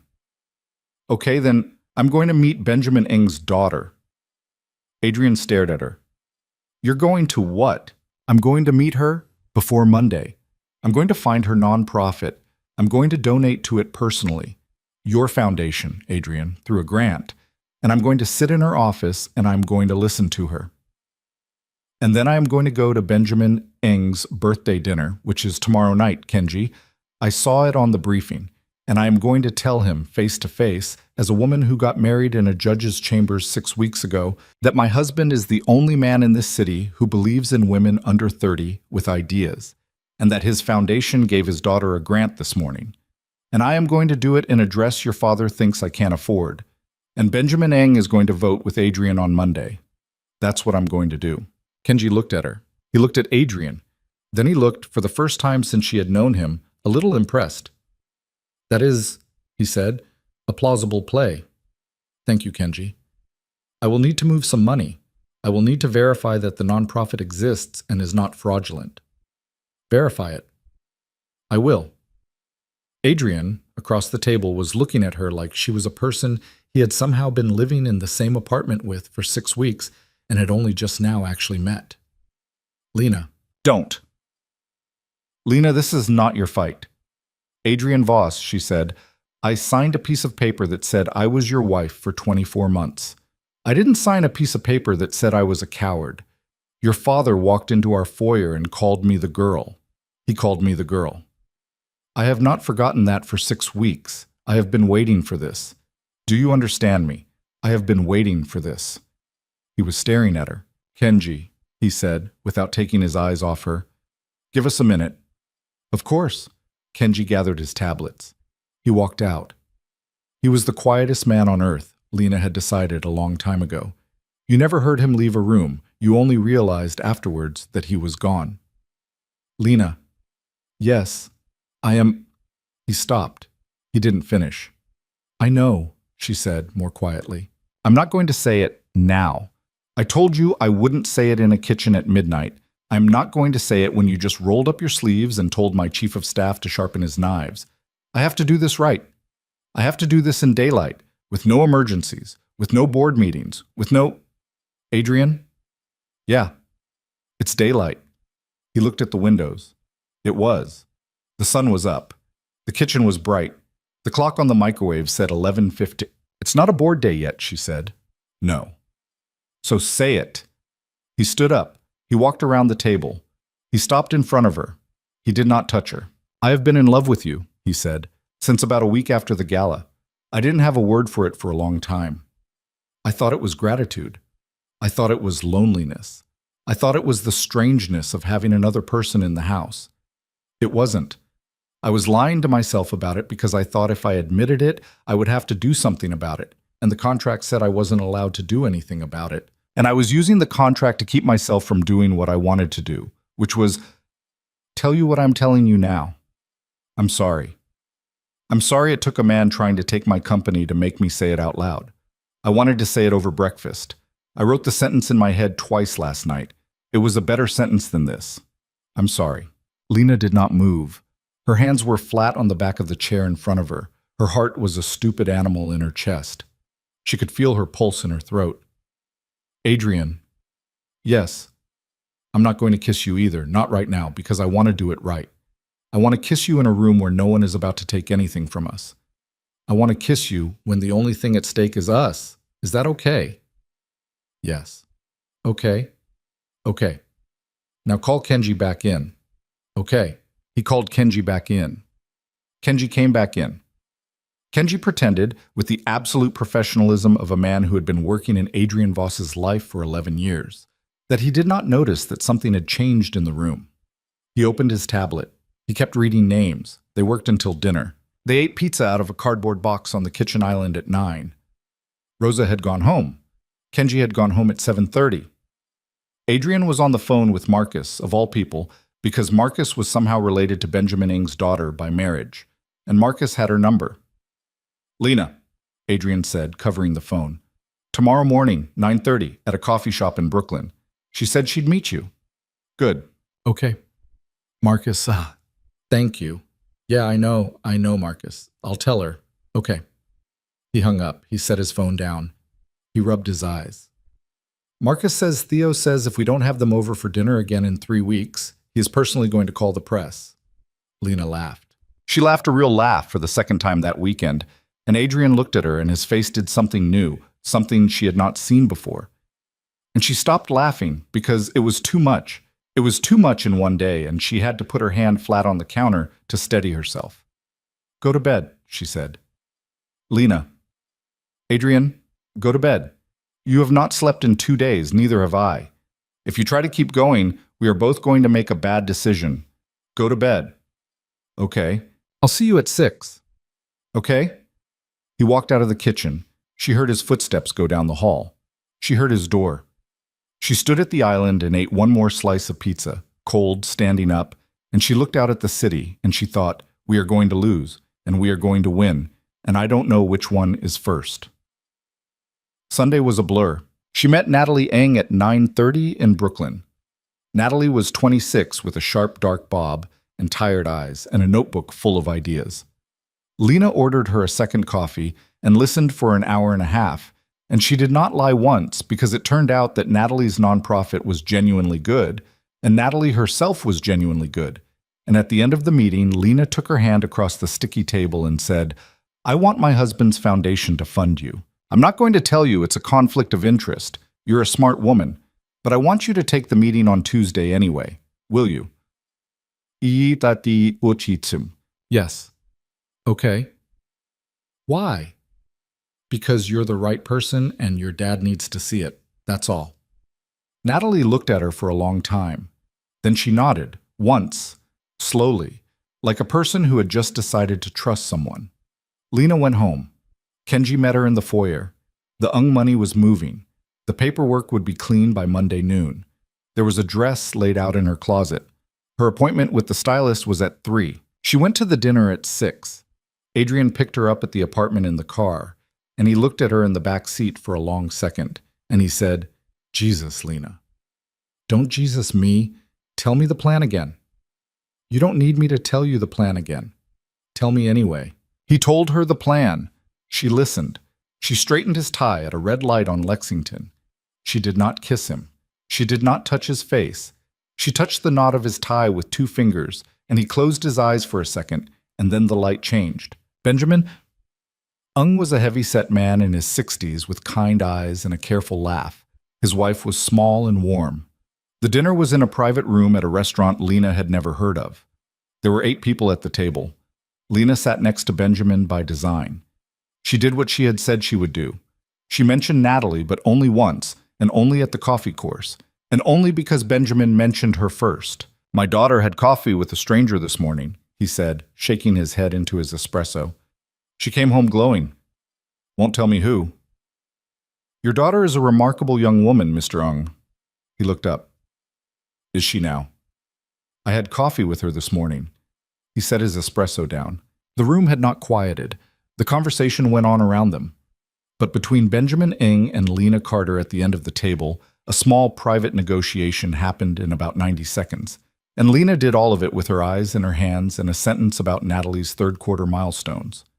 At the end, Benjamin Eng said very softly, You're a piece of work, Mrs. Voss. I'm told. Your husband is lucky. I know. He laughed. It was a surprised laugh. I know he's lucky too, he said. I'll tell you what, young lady. I'll see you both tomorrow. At the office. He paused. And I hope, for his sake, you know what you're doing. So do I. They drove home at 11. In the car, Adrian did not speak for a long time. He just sat with his hand on the seat beside hers, not touching her, and he looked out the window at the city. Lena. Yeah. You just saved the company. I don't know that yet. I know it. Adrian. Yeah. I'm not Charlotte. I know. I'm saying it out loud. I'm not Charlotte. I'm not a promise you made to a dying woman. I'm not a penance. I'm not a ring you wear because someone asked you to. If we do this, if I stay after Monday, if we choose this, it's because I am me, and you are you, and that's the whole reason. I don't want to be a replacement. You are not a replacement. I had to say it. I know you did. He put his hand, finally, over hers, on the seat. Very lightly. She turned her hand over, palm up. He didn't lace their fingers. He just held her hand. They rode the rest of the way home like that. Monday morning came, gray and cold, and the boardroom on the 49th floor of Voss Harding Industries was full by 8:45. Lena was not in the boardroom. Lena was in Adrian's office across the hall with Kenji and a cup of coffee she did not drink, and she was pretending that her hands were not cold. At 9, the meeting started. At 9:12, according to Kenji's reports from his source inside the room, Richard Voss made his motion. At 9:14, Lyle Dorrance seconded it. At 9:17, Adrian spoke for the first time. He spoke for 4 minutes.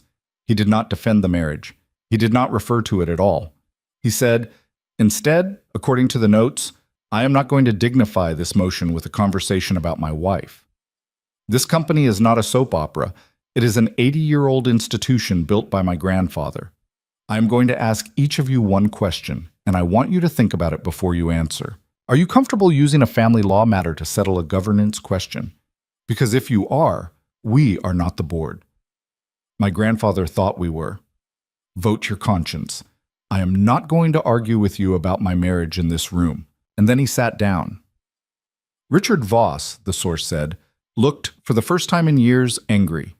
The vote was called at 9:31. Benjamin Ung voted against the motion. Harriet Okonkwo, who had been rumored to flip, voted against the motion. Finn Marsh, who had been nervous all week, looked at Harriet and voted against the motion. The motion failed 8-6. At 9:34, Adrian walked out of the boardroom. At 9:36, he walked into his office and he looked at Lena in the chair by the window and he said, "It's done. It's done, Lena." She stood up.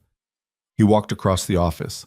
And this time, in daylight, in a room where nothing else was at stake, in an office on the 49th floor of a building in Midtown Manhattan, Adrian Voss kissed his wife for the first time since their wedding 6 weeks ago. It was not the kiss at the judge's chambers. It was not a check mark. It was not a photograph.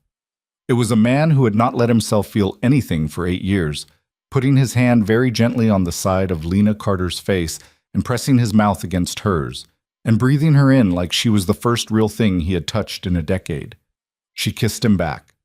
She kissed him back for a long time. Kenji, behind the door, did not come in. When they finally stopped, she had her hand pressed flat against his chest, over his heart, and his was shaking, and hers was too, and they both laughed a little, a broken, stupid laugh, and he pressed his forehead against hers and closed his eyes. "Okay," he whispered. "Okay. Okay, Lena. We still have work to do. I know. Your father isn't done. I know. He's going to come at us again. I know. But we won today. Yes. Okay? Okay." She stepped back. She smoothed down the front of her dress. She fixed her hair in the reflection of the window. She put her public face back on. She walked to the door. "Lena." "Yeah. Thank you." "Don't thank me." "Lena." "Yeah. Come home early tonight." She turned. She looked at him. She was a girl from Queens standing in an office on the 49th floor, and she was also, for the first time in her life, in love. And she was also, for the first time in her life, in real trouble about it. "Okay," she said. She walked out. And that night she did come home early, and so did he. And Rosa had lit candles in the kitchen for reasons Rosa did not explain. And they ate at the kitchen island, not at the dining table. And they talked about everything except the contract. And afterward they sat on the couch in the lamplight. And she put her head on his shoulder for the first time. And he put his arm around her, and they did not talk for almost an hour. And it was the most real hour of either of their lives. She did not know yet, as she closed her eyes on his shoulder that night, that Richard Voss had spent the afternoon in a lawyer's office on the 60th floor of a different building, and that he had pulled from a locked drawer a folder with her name on it, and that he had been preparing for 6 weeks a second move. She did not know yet that Richard Voss had found out, somehow, that Daniel Carter's surgery was not the only thing the Voss Foundation was paying for, and that the Foundation's records could be made to look, in the hands of a vicious enough man, like something else entirely. She did not know that a reporter at a mid-sized business magazine was going to receive a very interesting envelope in the morning. For now she was on a couch, in a warm apartment, with her head on the shoulder of a man who had finally let her in. The lamp was on. Outside the city glittered, indifferent and beautiful.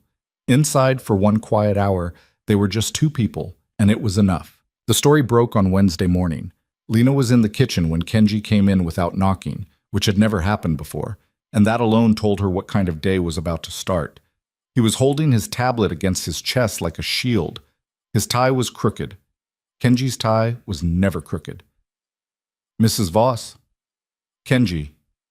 "Is Mr. Voss up?" "He's in the shower."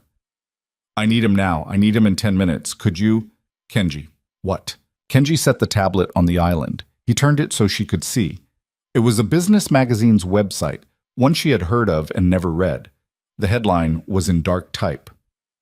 Voss Foundation paid CEO's wife's hospital bills before marriage.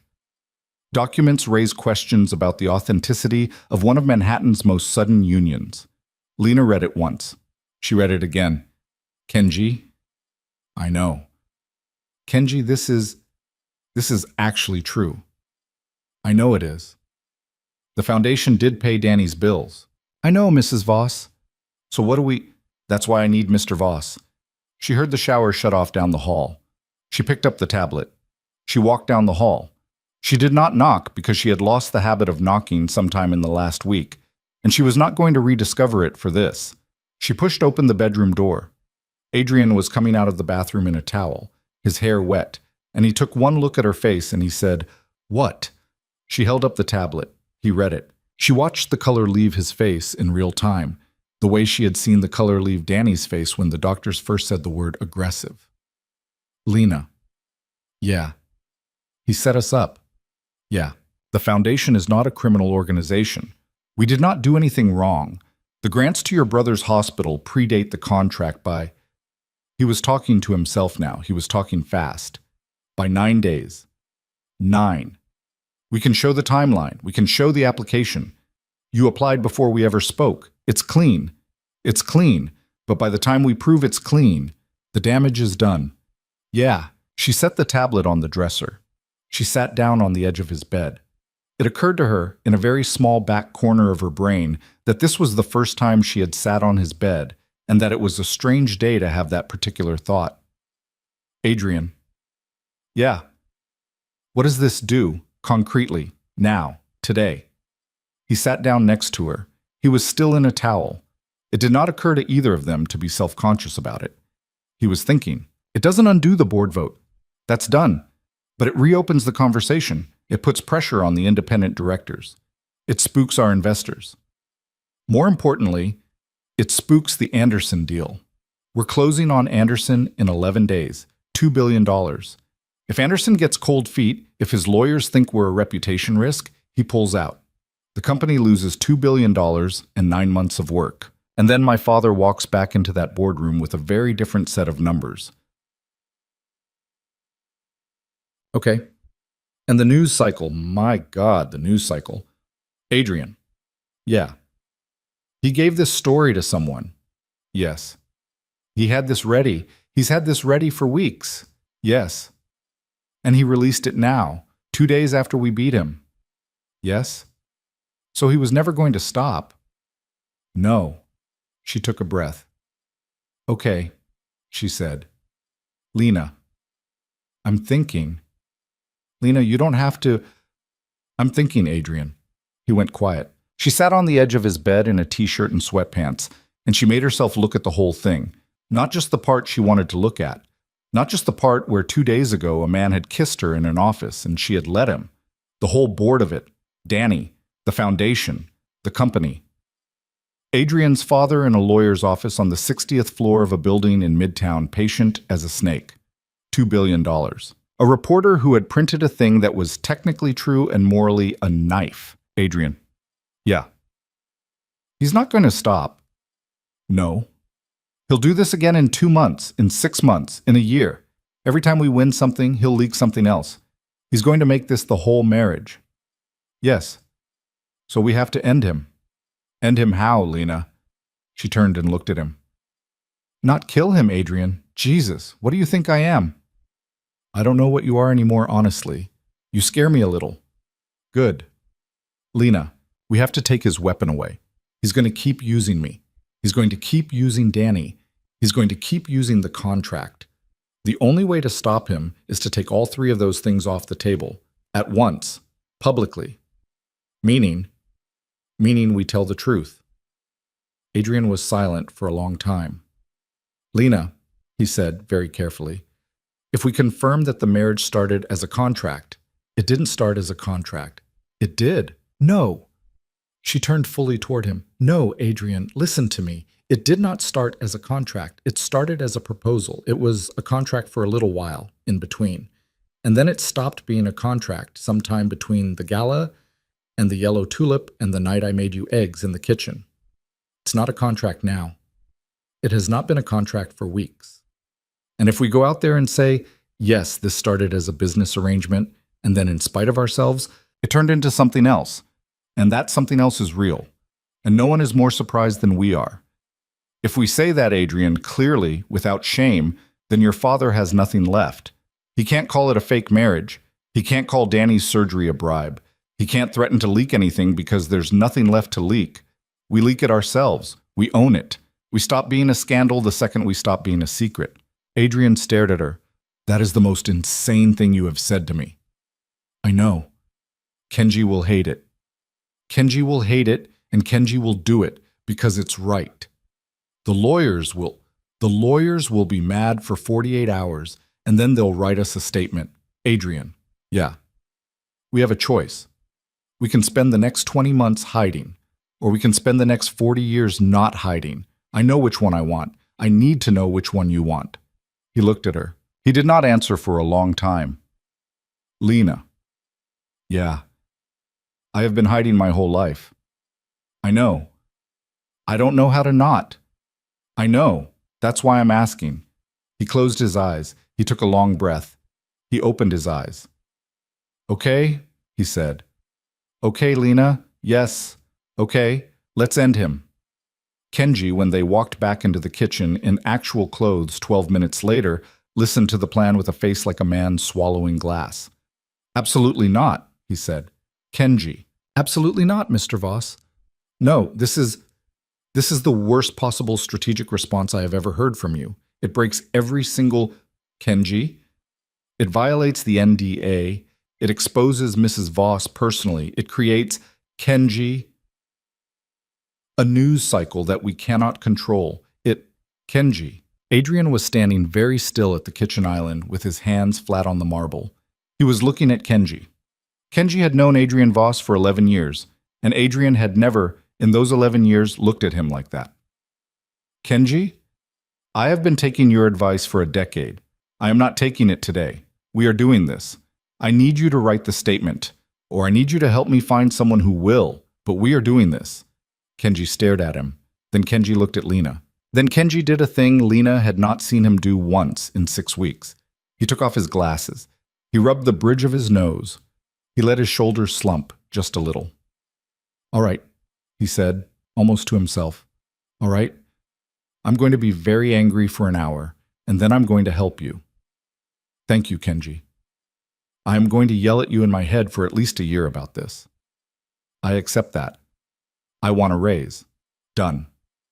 I want 2 raises. One now, one when it works. Done. Fine, Kenji said. He put his glasses back on. Fine. I'm calling Priya. We're going to need the communications team here in an hour. Mr. Voss? Yes. You're going to be on camera for this. Both of you. Not a press release, a sit down. A single reporter, someone we can manage, someone serious. If we are doing this, we are doing it in a face that the country can look at. We are not hiding behind paper. Agreed. Mrs. Voss. Lena, I'm going to be honest with you. Once you say this on camera, your privacy is over. It will not come back. You will be a tabloid fixture for years. Your brother will be stopped on the street. Your face will be in grocery store checkout lines for the rest of your 30s. Do you understand what you are signing up for? She thought about it. Yes, she said. Really think about it, Lena. Kenji, I waited tables in Queens. I've been stopped on the street my whole life, usually by drunk people. I think I can handle a grocery store. For the first time in 6 weeks, Kenji actually laughed. It was a small laugh, and short, but it was a laugh. All right, he said. All right, let's ruin his day. They did the sit-down on Friday. The reporter was a woman in her 50s named Carol Xie, who had written about business and family power for 30 years, and who had, by some miracle of Kenji's old relationships, agreed to an exclusive with 24 hours' notice. She came to the apartment in a sensible blazer and low-heeled shoes, and she drank the coffee Rosa made her, and she did not smile much, and Lena liked her immediately. There were 2 cameras. There was a lighting person. There was Kenji in the corner, trying to look calm. There was Adrian in a gray suit and Lena in a simple black dress, and they sat next to each other on the same couch they had sat on at midnight in the lamplight for weeks. And Carol Shea turned on the recorders and said, "Let's start with the hardest question. Did you marry each other for love?" "No," Adrian said, "not at first." The room went very still. Carol's eyebrows did not move. She had been doing this too long. "Walk me through it." Adrian walked her through it. He did not lie. He did not soften. He said his grandfather's will required him to marry.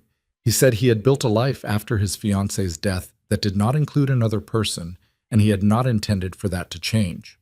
He said he had approached Lena because her brother was sick, and because she was a stranger, and because he had believed incorrectly that a stranger could be kept at a distance.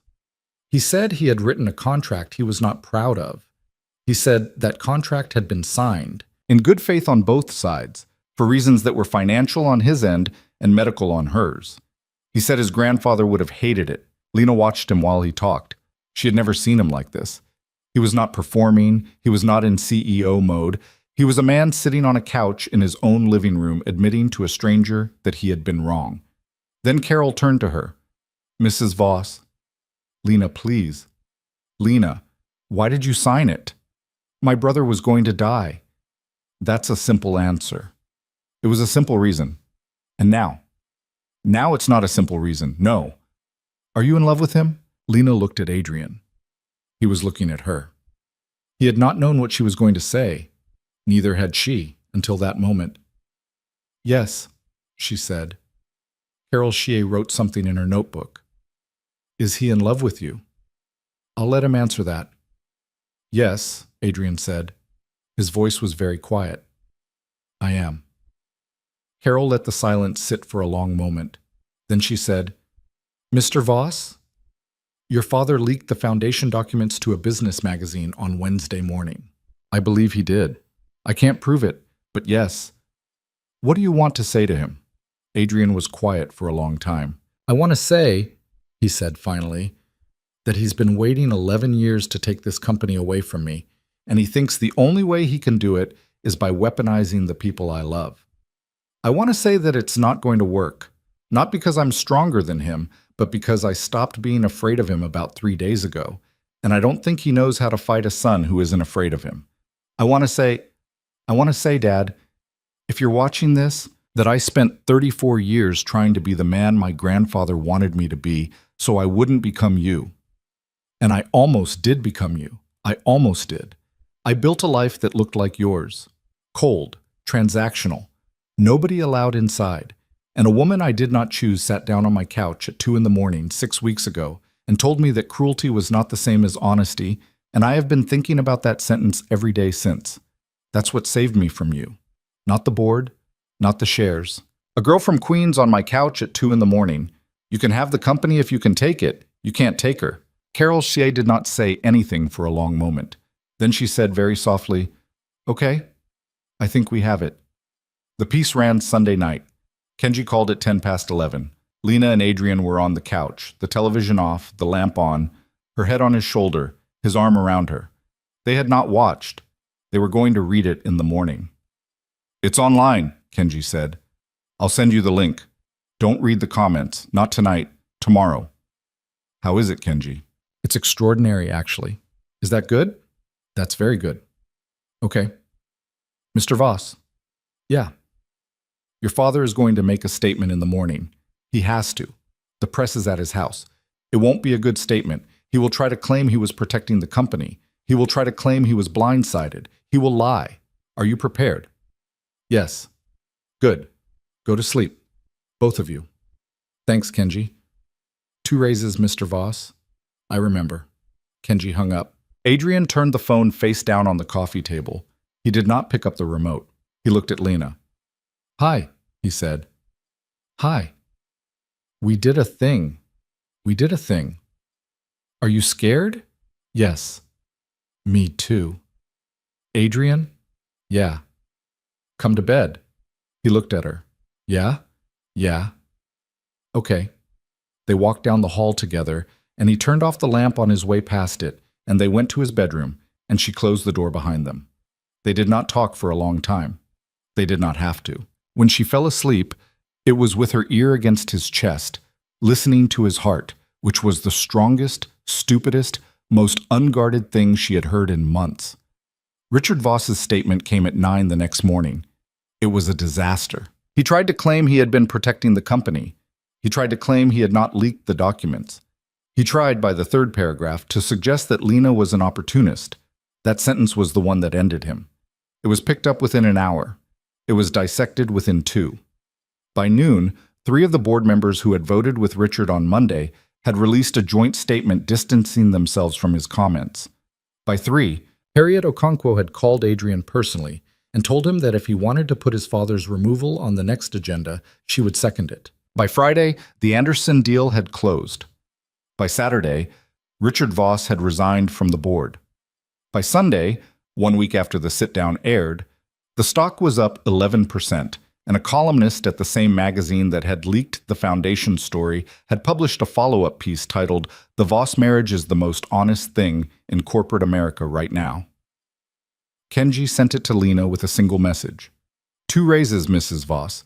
You owe me 2 raises as well." She laughed until she cried, standing in the kitchen in a t-shirt with flour on her hands, because Rosa had been teaching her to make empanadas, and she had flour everywhere, and life had gotten so strange and so big and so small all at once. Danny called her that afternoon. "Lee." "Hi, Danny. I'm at the grocery store." "Okay." "A woman in line behind me just asked me if I was the brother." "Danny." "She was very nice." "Danny." "She told me you were brave." "Oh." "Lee." "Yeah. Are you happy?" She sat down on a stool at the kitchen island. Rosa was in the other room, humming, not listening, but listening. The afternoon sun was coming through the windows. She could see the tulip book on the shelf from where she was sitting. "Yeah, Danny," she said. "I think I'm happy." "Okay? Are you okay?" "I'm okay, Lee. I love you."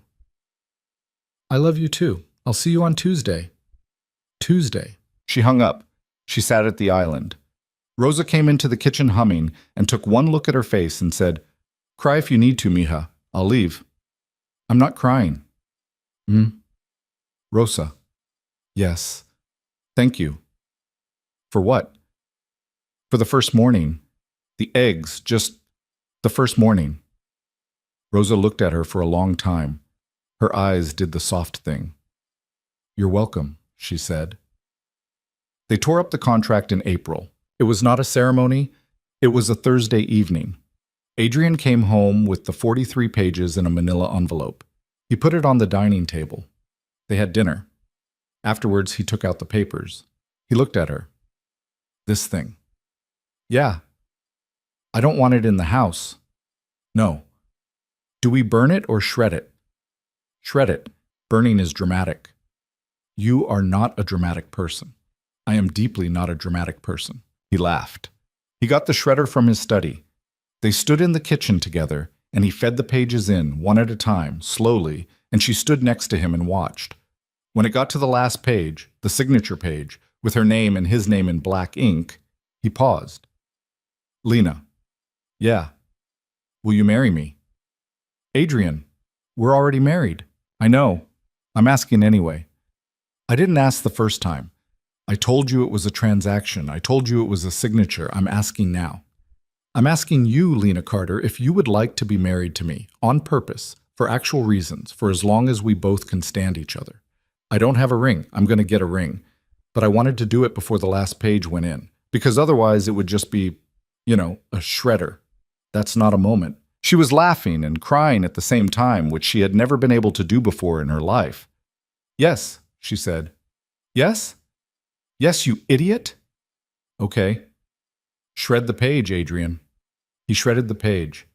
They stood in the kitchen in the evening light, and he put his arms around her and she put her face against his shoulder, and neither of them said anything for a while, because some things do not need to be said. Rosa came in 20 minutes later, saw them, said, "I did not see anything," and walked back out, and they laughed, and Adrian pressed his mouth to her forehead, and the shredder was still on, humming softly in the quiet, chewing the last of a document that did not describe them anymore. A year after the sit-down, On a gray Tuesday in February, Lena sat in a folding chair in a small community room in Queens that smelled like coffee and radiator heat, and she watched her brother walk across a tiny stage in a graduation cap, and she clapped with her hands over her head, and Adrian, sitting next to her in a coat that was too expensive for the room and a scarf that he kept pulling off and putting back on because he could never decide if he was warm or cold, clapped with her. Danny was 24 now.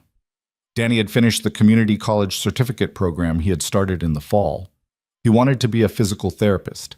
He said the nurses had saved him, and he wanted to be that for someone else. When he came off the stage, he hugged Lena so hard she had to remind him he had ribs, and then he hugged Adrian, and Adrian, who had never been hugged by a younger brother in his life, stood very still for 1 second, and then hugged him back. "Thanks, man," Danny said quietly into Adrian's shoulder. "Don't. I'm saying it once." "Okay. Okay." That was the whole conversation. They never had another one about it. They had dinner at a diner on 34th Street afterward, because Lena insisted, and Danny ordered a cheeseburger, and Adrian ordered the same cheeseburger because he did not know what else to order in a diner, and he was afraid of the menu, and Lena laughed at him, and he laughed at himself, and the waitress called him honey, and he looked so startled that Lena had to put her head down on the table. They walked home through the cold. Adrian's driver was waiting 3 blocks away because Lena had asked. She wanted to walk. The city was loud. The wind was mean. Adrian put his arm around her, and she tucked into his coat, and they walked up Lexington slowly. And at a red light on 48th, he said, without planning to, "I want a kid." She looked up at him. "Okay," she said. "Not tomorrow. Just, I want one. Eventually. With you." "Okay, Adrian. Is that okay to say?" "Yeah, it's okay to say." "Okay." The light changed. They kept walking. They had a daughter 2 years later. They named her Ruth after Lena's mother. She was born in a hospital in the East 60s, and the first thing Adrian did when they put her in his arms was cry, which he had told Lena, in the 8th month, that he absolutely would not do, because he was a man who had not cried since he was 9 years old, and Lena had said, "Sure, honey," and he had said, "I mean it, Lena," and she had said, "Sure, honey." He cried for 20 minutes. She let him. Charlotte's photograph was never hidden again. It lived on a shelf in the living room with the other photographs, between a picture of Rosa's grandchildren and a picture of Danny at graduation. Ruth grew up asking about it. Adrian told her the truth in age-appropriate pieces over many years. Charlotte was someone he had loved. She had died. She had been a good person, and he had been young, and losing her had changed him. He had carried her for a long time. He still carried her. He would always carry her. But he had built his family with Ruth's mother, and he had chosen this family, and the choosing was the whole thing. "So she's like a ghost," Ruth said once, at 9. "Not a ghost exactly, more like a person in a photograph that I loved." "And Mom knows?" "Mom knows." "And Mom isn't jealous?" "Mom is not jealous. I asked her to marry me in a kitchen. I asked her twice. It was in a kitchen both times. You can't be jealous of someone if you got asked in a kitchen." "That doesn't make any sense, Dad." "It makes sense to me." "You're weird." "Yes." Lena, at the counter, not looking up from the vegetables she was chopping, said, "He's weird, but he's mine." Richard Voss died 6 years after the sit-down. It was a heart attack, and it was fast, and he was alone. Adrian flew to Connecticut the morning he heard, and he stood in a hospital hallway for an hour before he made himself walk into the room, and he looked at his father's face, and he did not know what he felt. He did not feel relieved, exactly. He did not feel sad.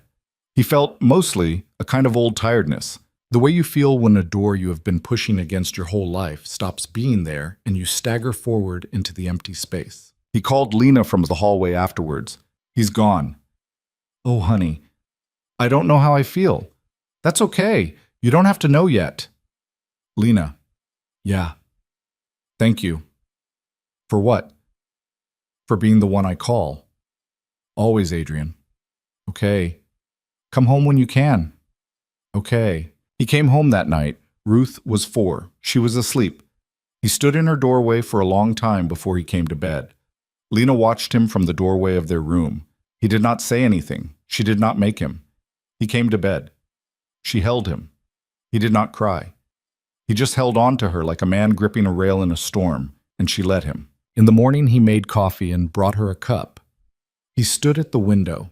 The city was doing its morning thing, the sun just coming up over the river, the cabs already honking on Lexington. "I think I'm okay," he said. "Yeah? Not today, but eventually, I think I'm going to be okay." "Yeah, I think so too." "Lena." "Yeah. Thank you for not letting me be him." She got up off the couch. She walked across the living room. She put her arms around him from behind, and she pressed her face between his shoulder blades, and she held him for a long time. "That wasn't me," she said into his back. "That was you. I just told you cruelty wasn't honesty. You decided the rest." "Okay." "Adrian." "Yeah. I love you. I love you too." They stood at the window like that for a while, and then Ruth came padding in her pajamas asking for cereal. And life did what life does, which is keep going. And they made cereal, and the morning happened, and the day happened, and the weeks happened, and the years happened. People ask Lena Carter sometimes. In interviews, she mostly declines and occasionally accepts what she learned from all of it. She has gotten better at answering. She used to stumble on the question. Now she has a version she gives, and it's honest, and it's short, and it's the thing she actually believes. She says the world teaches women, and men too, that being strong means being closed, that if you don't need anyone, no one can hurt you. She says she believed that for a long time. She says her husband believed it longer. She says that every good thing in her life came from a moment when one of them decided not to believe it anymore. She says that real strength, the kind that lasts, is not the ability to survive alone. It is the willingness to be seen, to let another person in close enough to do damage and trust them not to stop performing a self that is easier to love and offer the real one, knowing it might be refused. She says her husband almost didn't let her in. She says she almost didn't let him either. She says they got lucky, and they got stubborn, and they sat on opposite ends of a couch at 2 a.m, enough times that eventually there was no opposite ends anymore. There was just the couch. She says you don't need a contract. She says you don't need a penthouse. She says you don't need a sit-down interview with a 57-year-old business reporter to tell the truth about your life, although she doesn't recommend against it if you have the chance. She says you just need to stop hiding. She says it's the hardest thing any of us ever does, and it's the only thing worth doing, and most people don't, and the people who do are the ones who get to be happy. She says her name is Lena Voss now, not because she had to change it, but because she wanted to, and there's a difference. She says the penthouse is warm now. She says there are fingerprints on the windows, and crayons under the couch, and a dog named Biscuit that Adrian said absolutely not to, and that is now, 4 years in, the love of his life. She says Rosa retired and then came back because she missed Ruth, and they pay her too much, and she complains about it. She says Kenji runs a department now and has a husband of his own, and still corrects Adrian's ties in the foyer before meetings. She says Danny is a physical therapist in Brooklyn, and his waiting room has a fish tank that he's very proud of. She says Marcus and Theo come for dinner twice a month, and Theo still calls her the rumor. She says the contract is gone. She says the marriage is not. She says the second one is what's real. And the first one was just the door you had to walk through to get to the second one, and she will not tell anyone that their door has to be a contract with a billionaire, because that would be a strange piece of advice to give. But she will tell them that whatever door they are standing in front of, they should walk through it with their eyes open. And then, on the other side, they should try very hard, every day, to stop hiding. That is the whole thing. That is what she has to say. The rest is just weather. On a quiet evening in late October with the city going gold outside the windows, Lena Voss sat on a couch in a warm apartment with her husband on one end, and her daughter between them and a dog asleep across all three of their feet. And she thought about a girl in a hospital bathroom 8 years ago, on the floor, crying so hard her ribs hurt, and she wished she could reach back through time and sit down next to that girl and say, "You are going to be okay. You are going to be more than okay. The man you are about to sign a contract with is going to learn how to love you, and you are going to learn how to let him. And it is going to be the hardest thing you ever do and the best thing you ever do, and it is worth every minute of what you are crying about right now." She couldn't reach back through time. She didn't need to.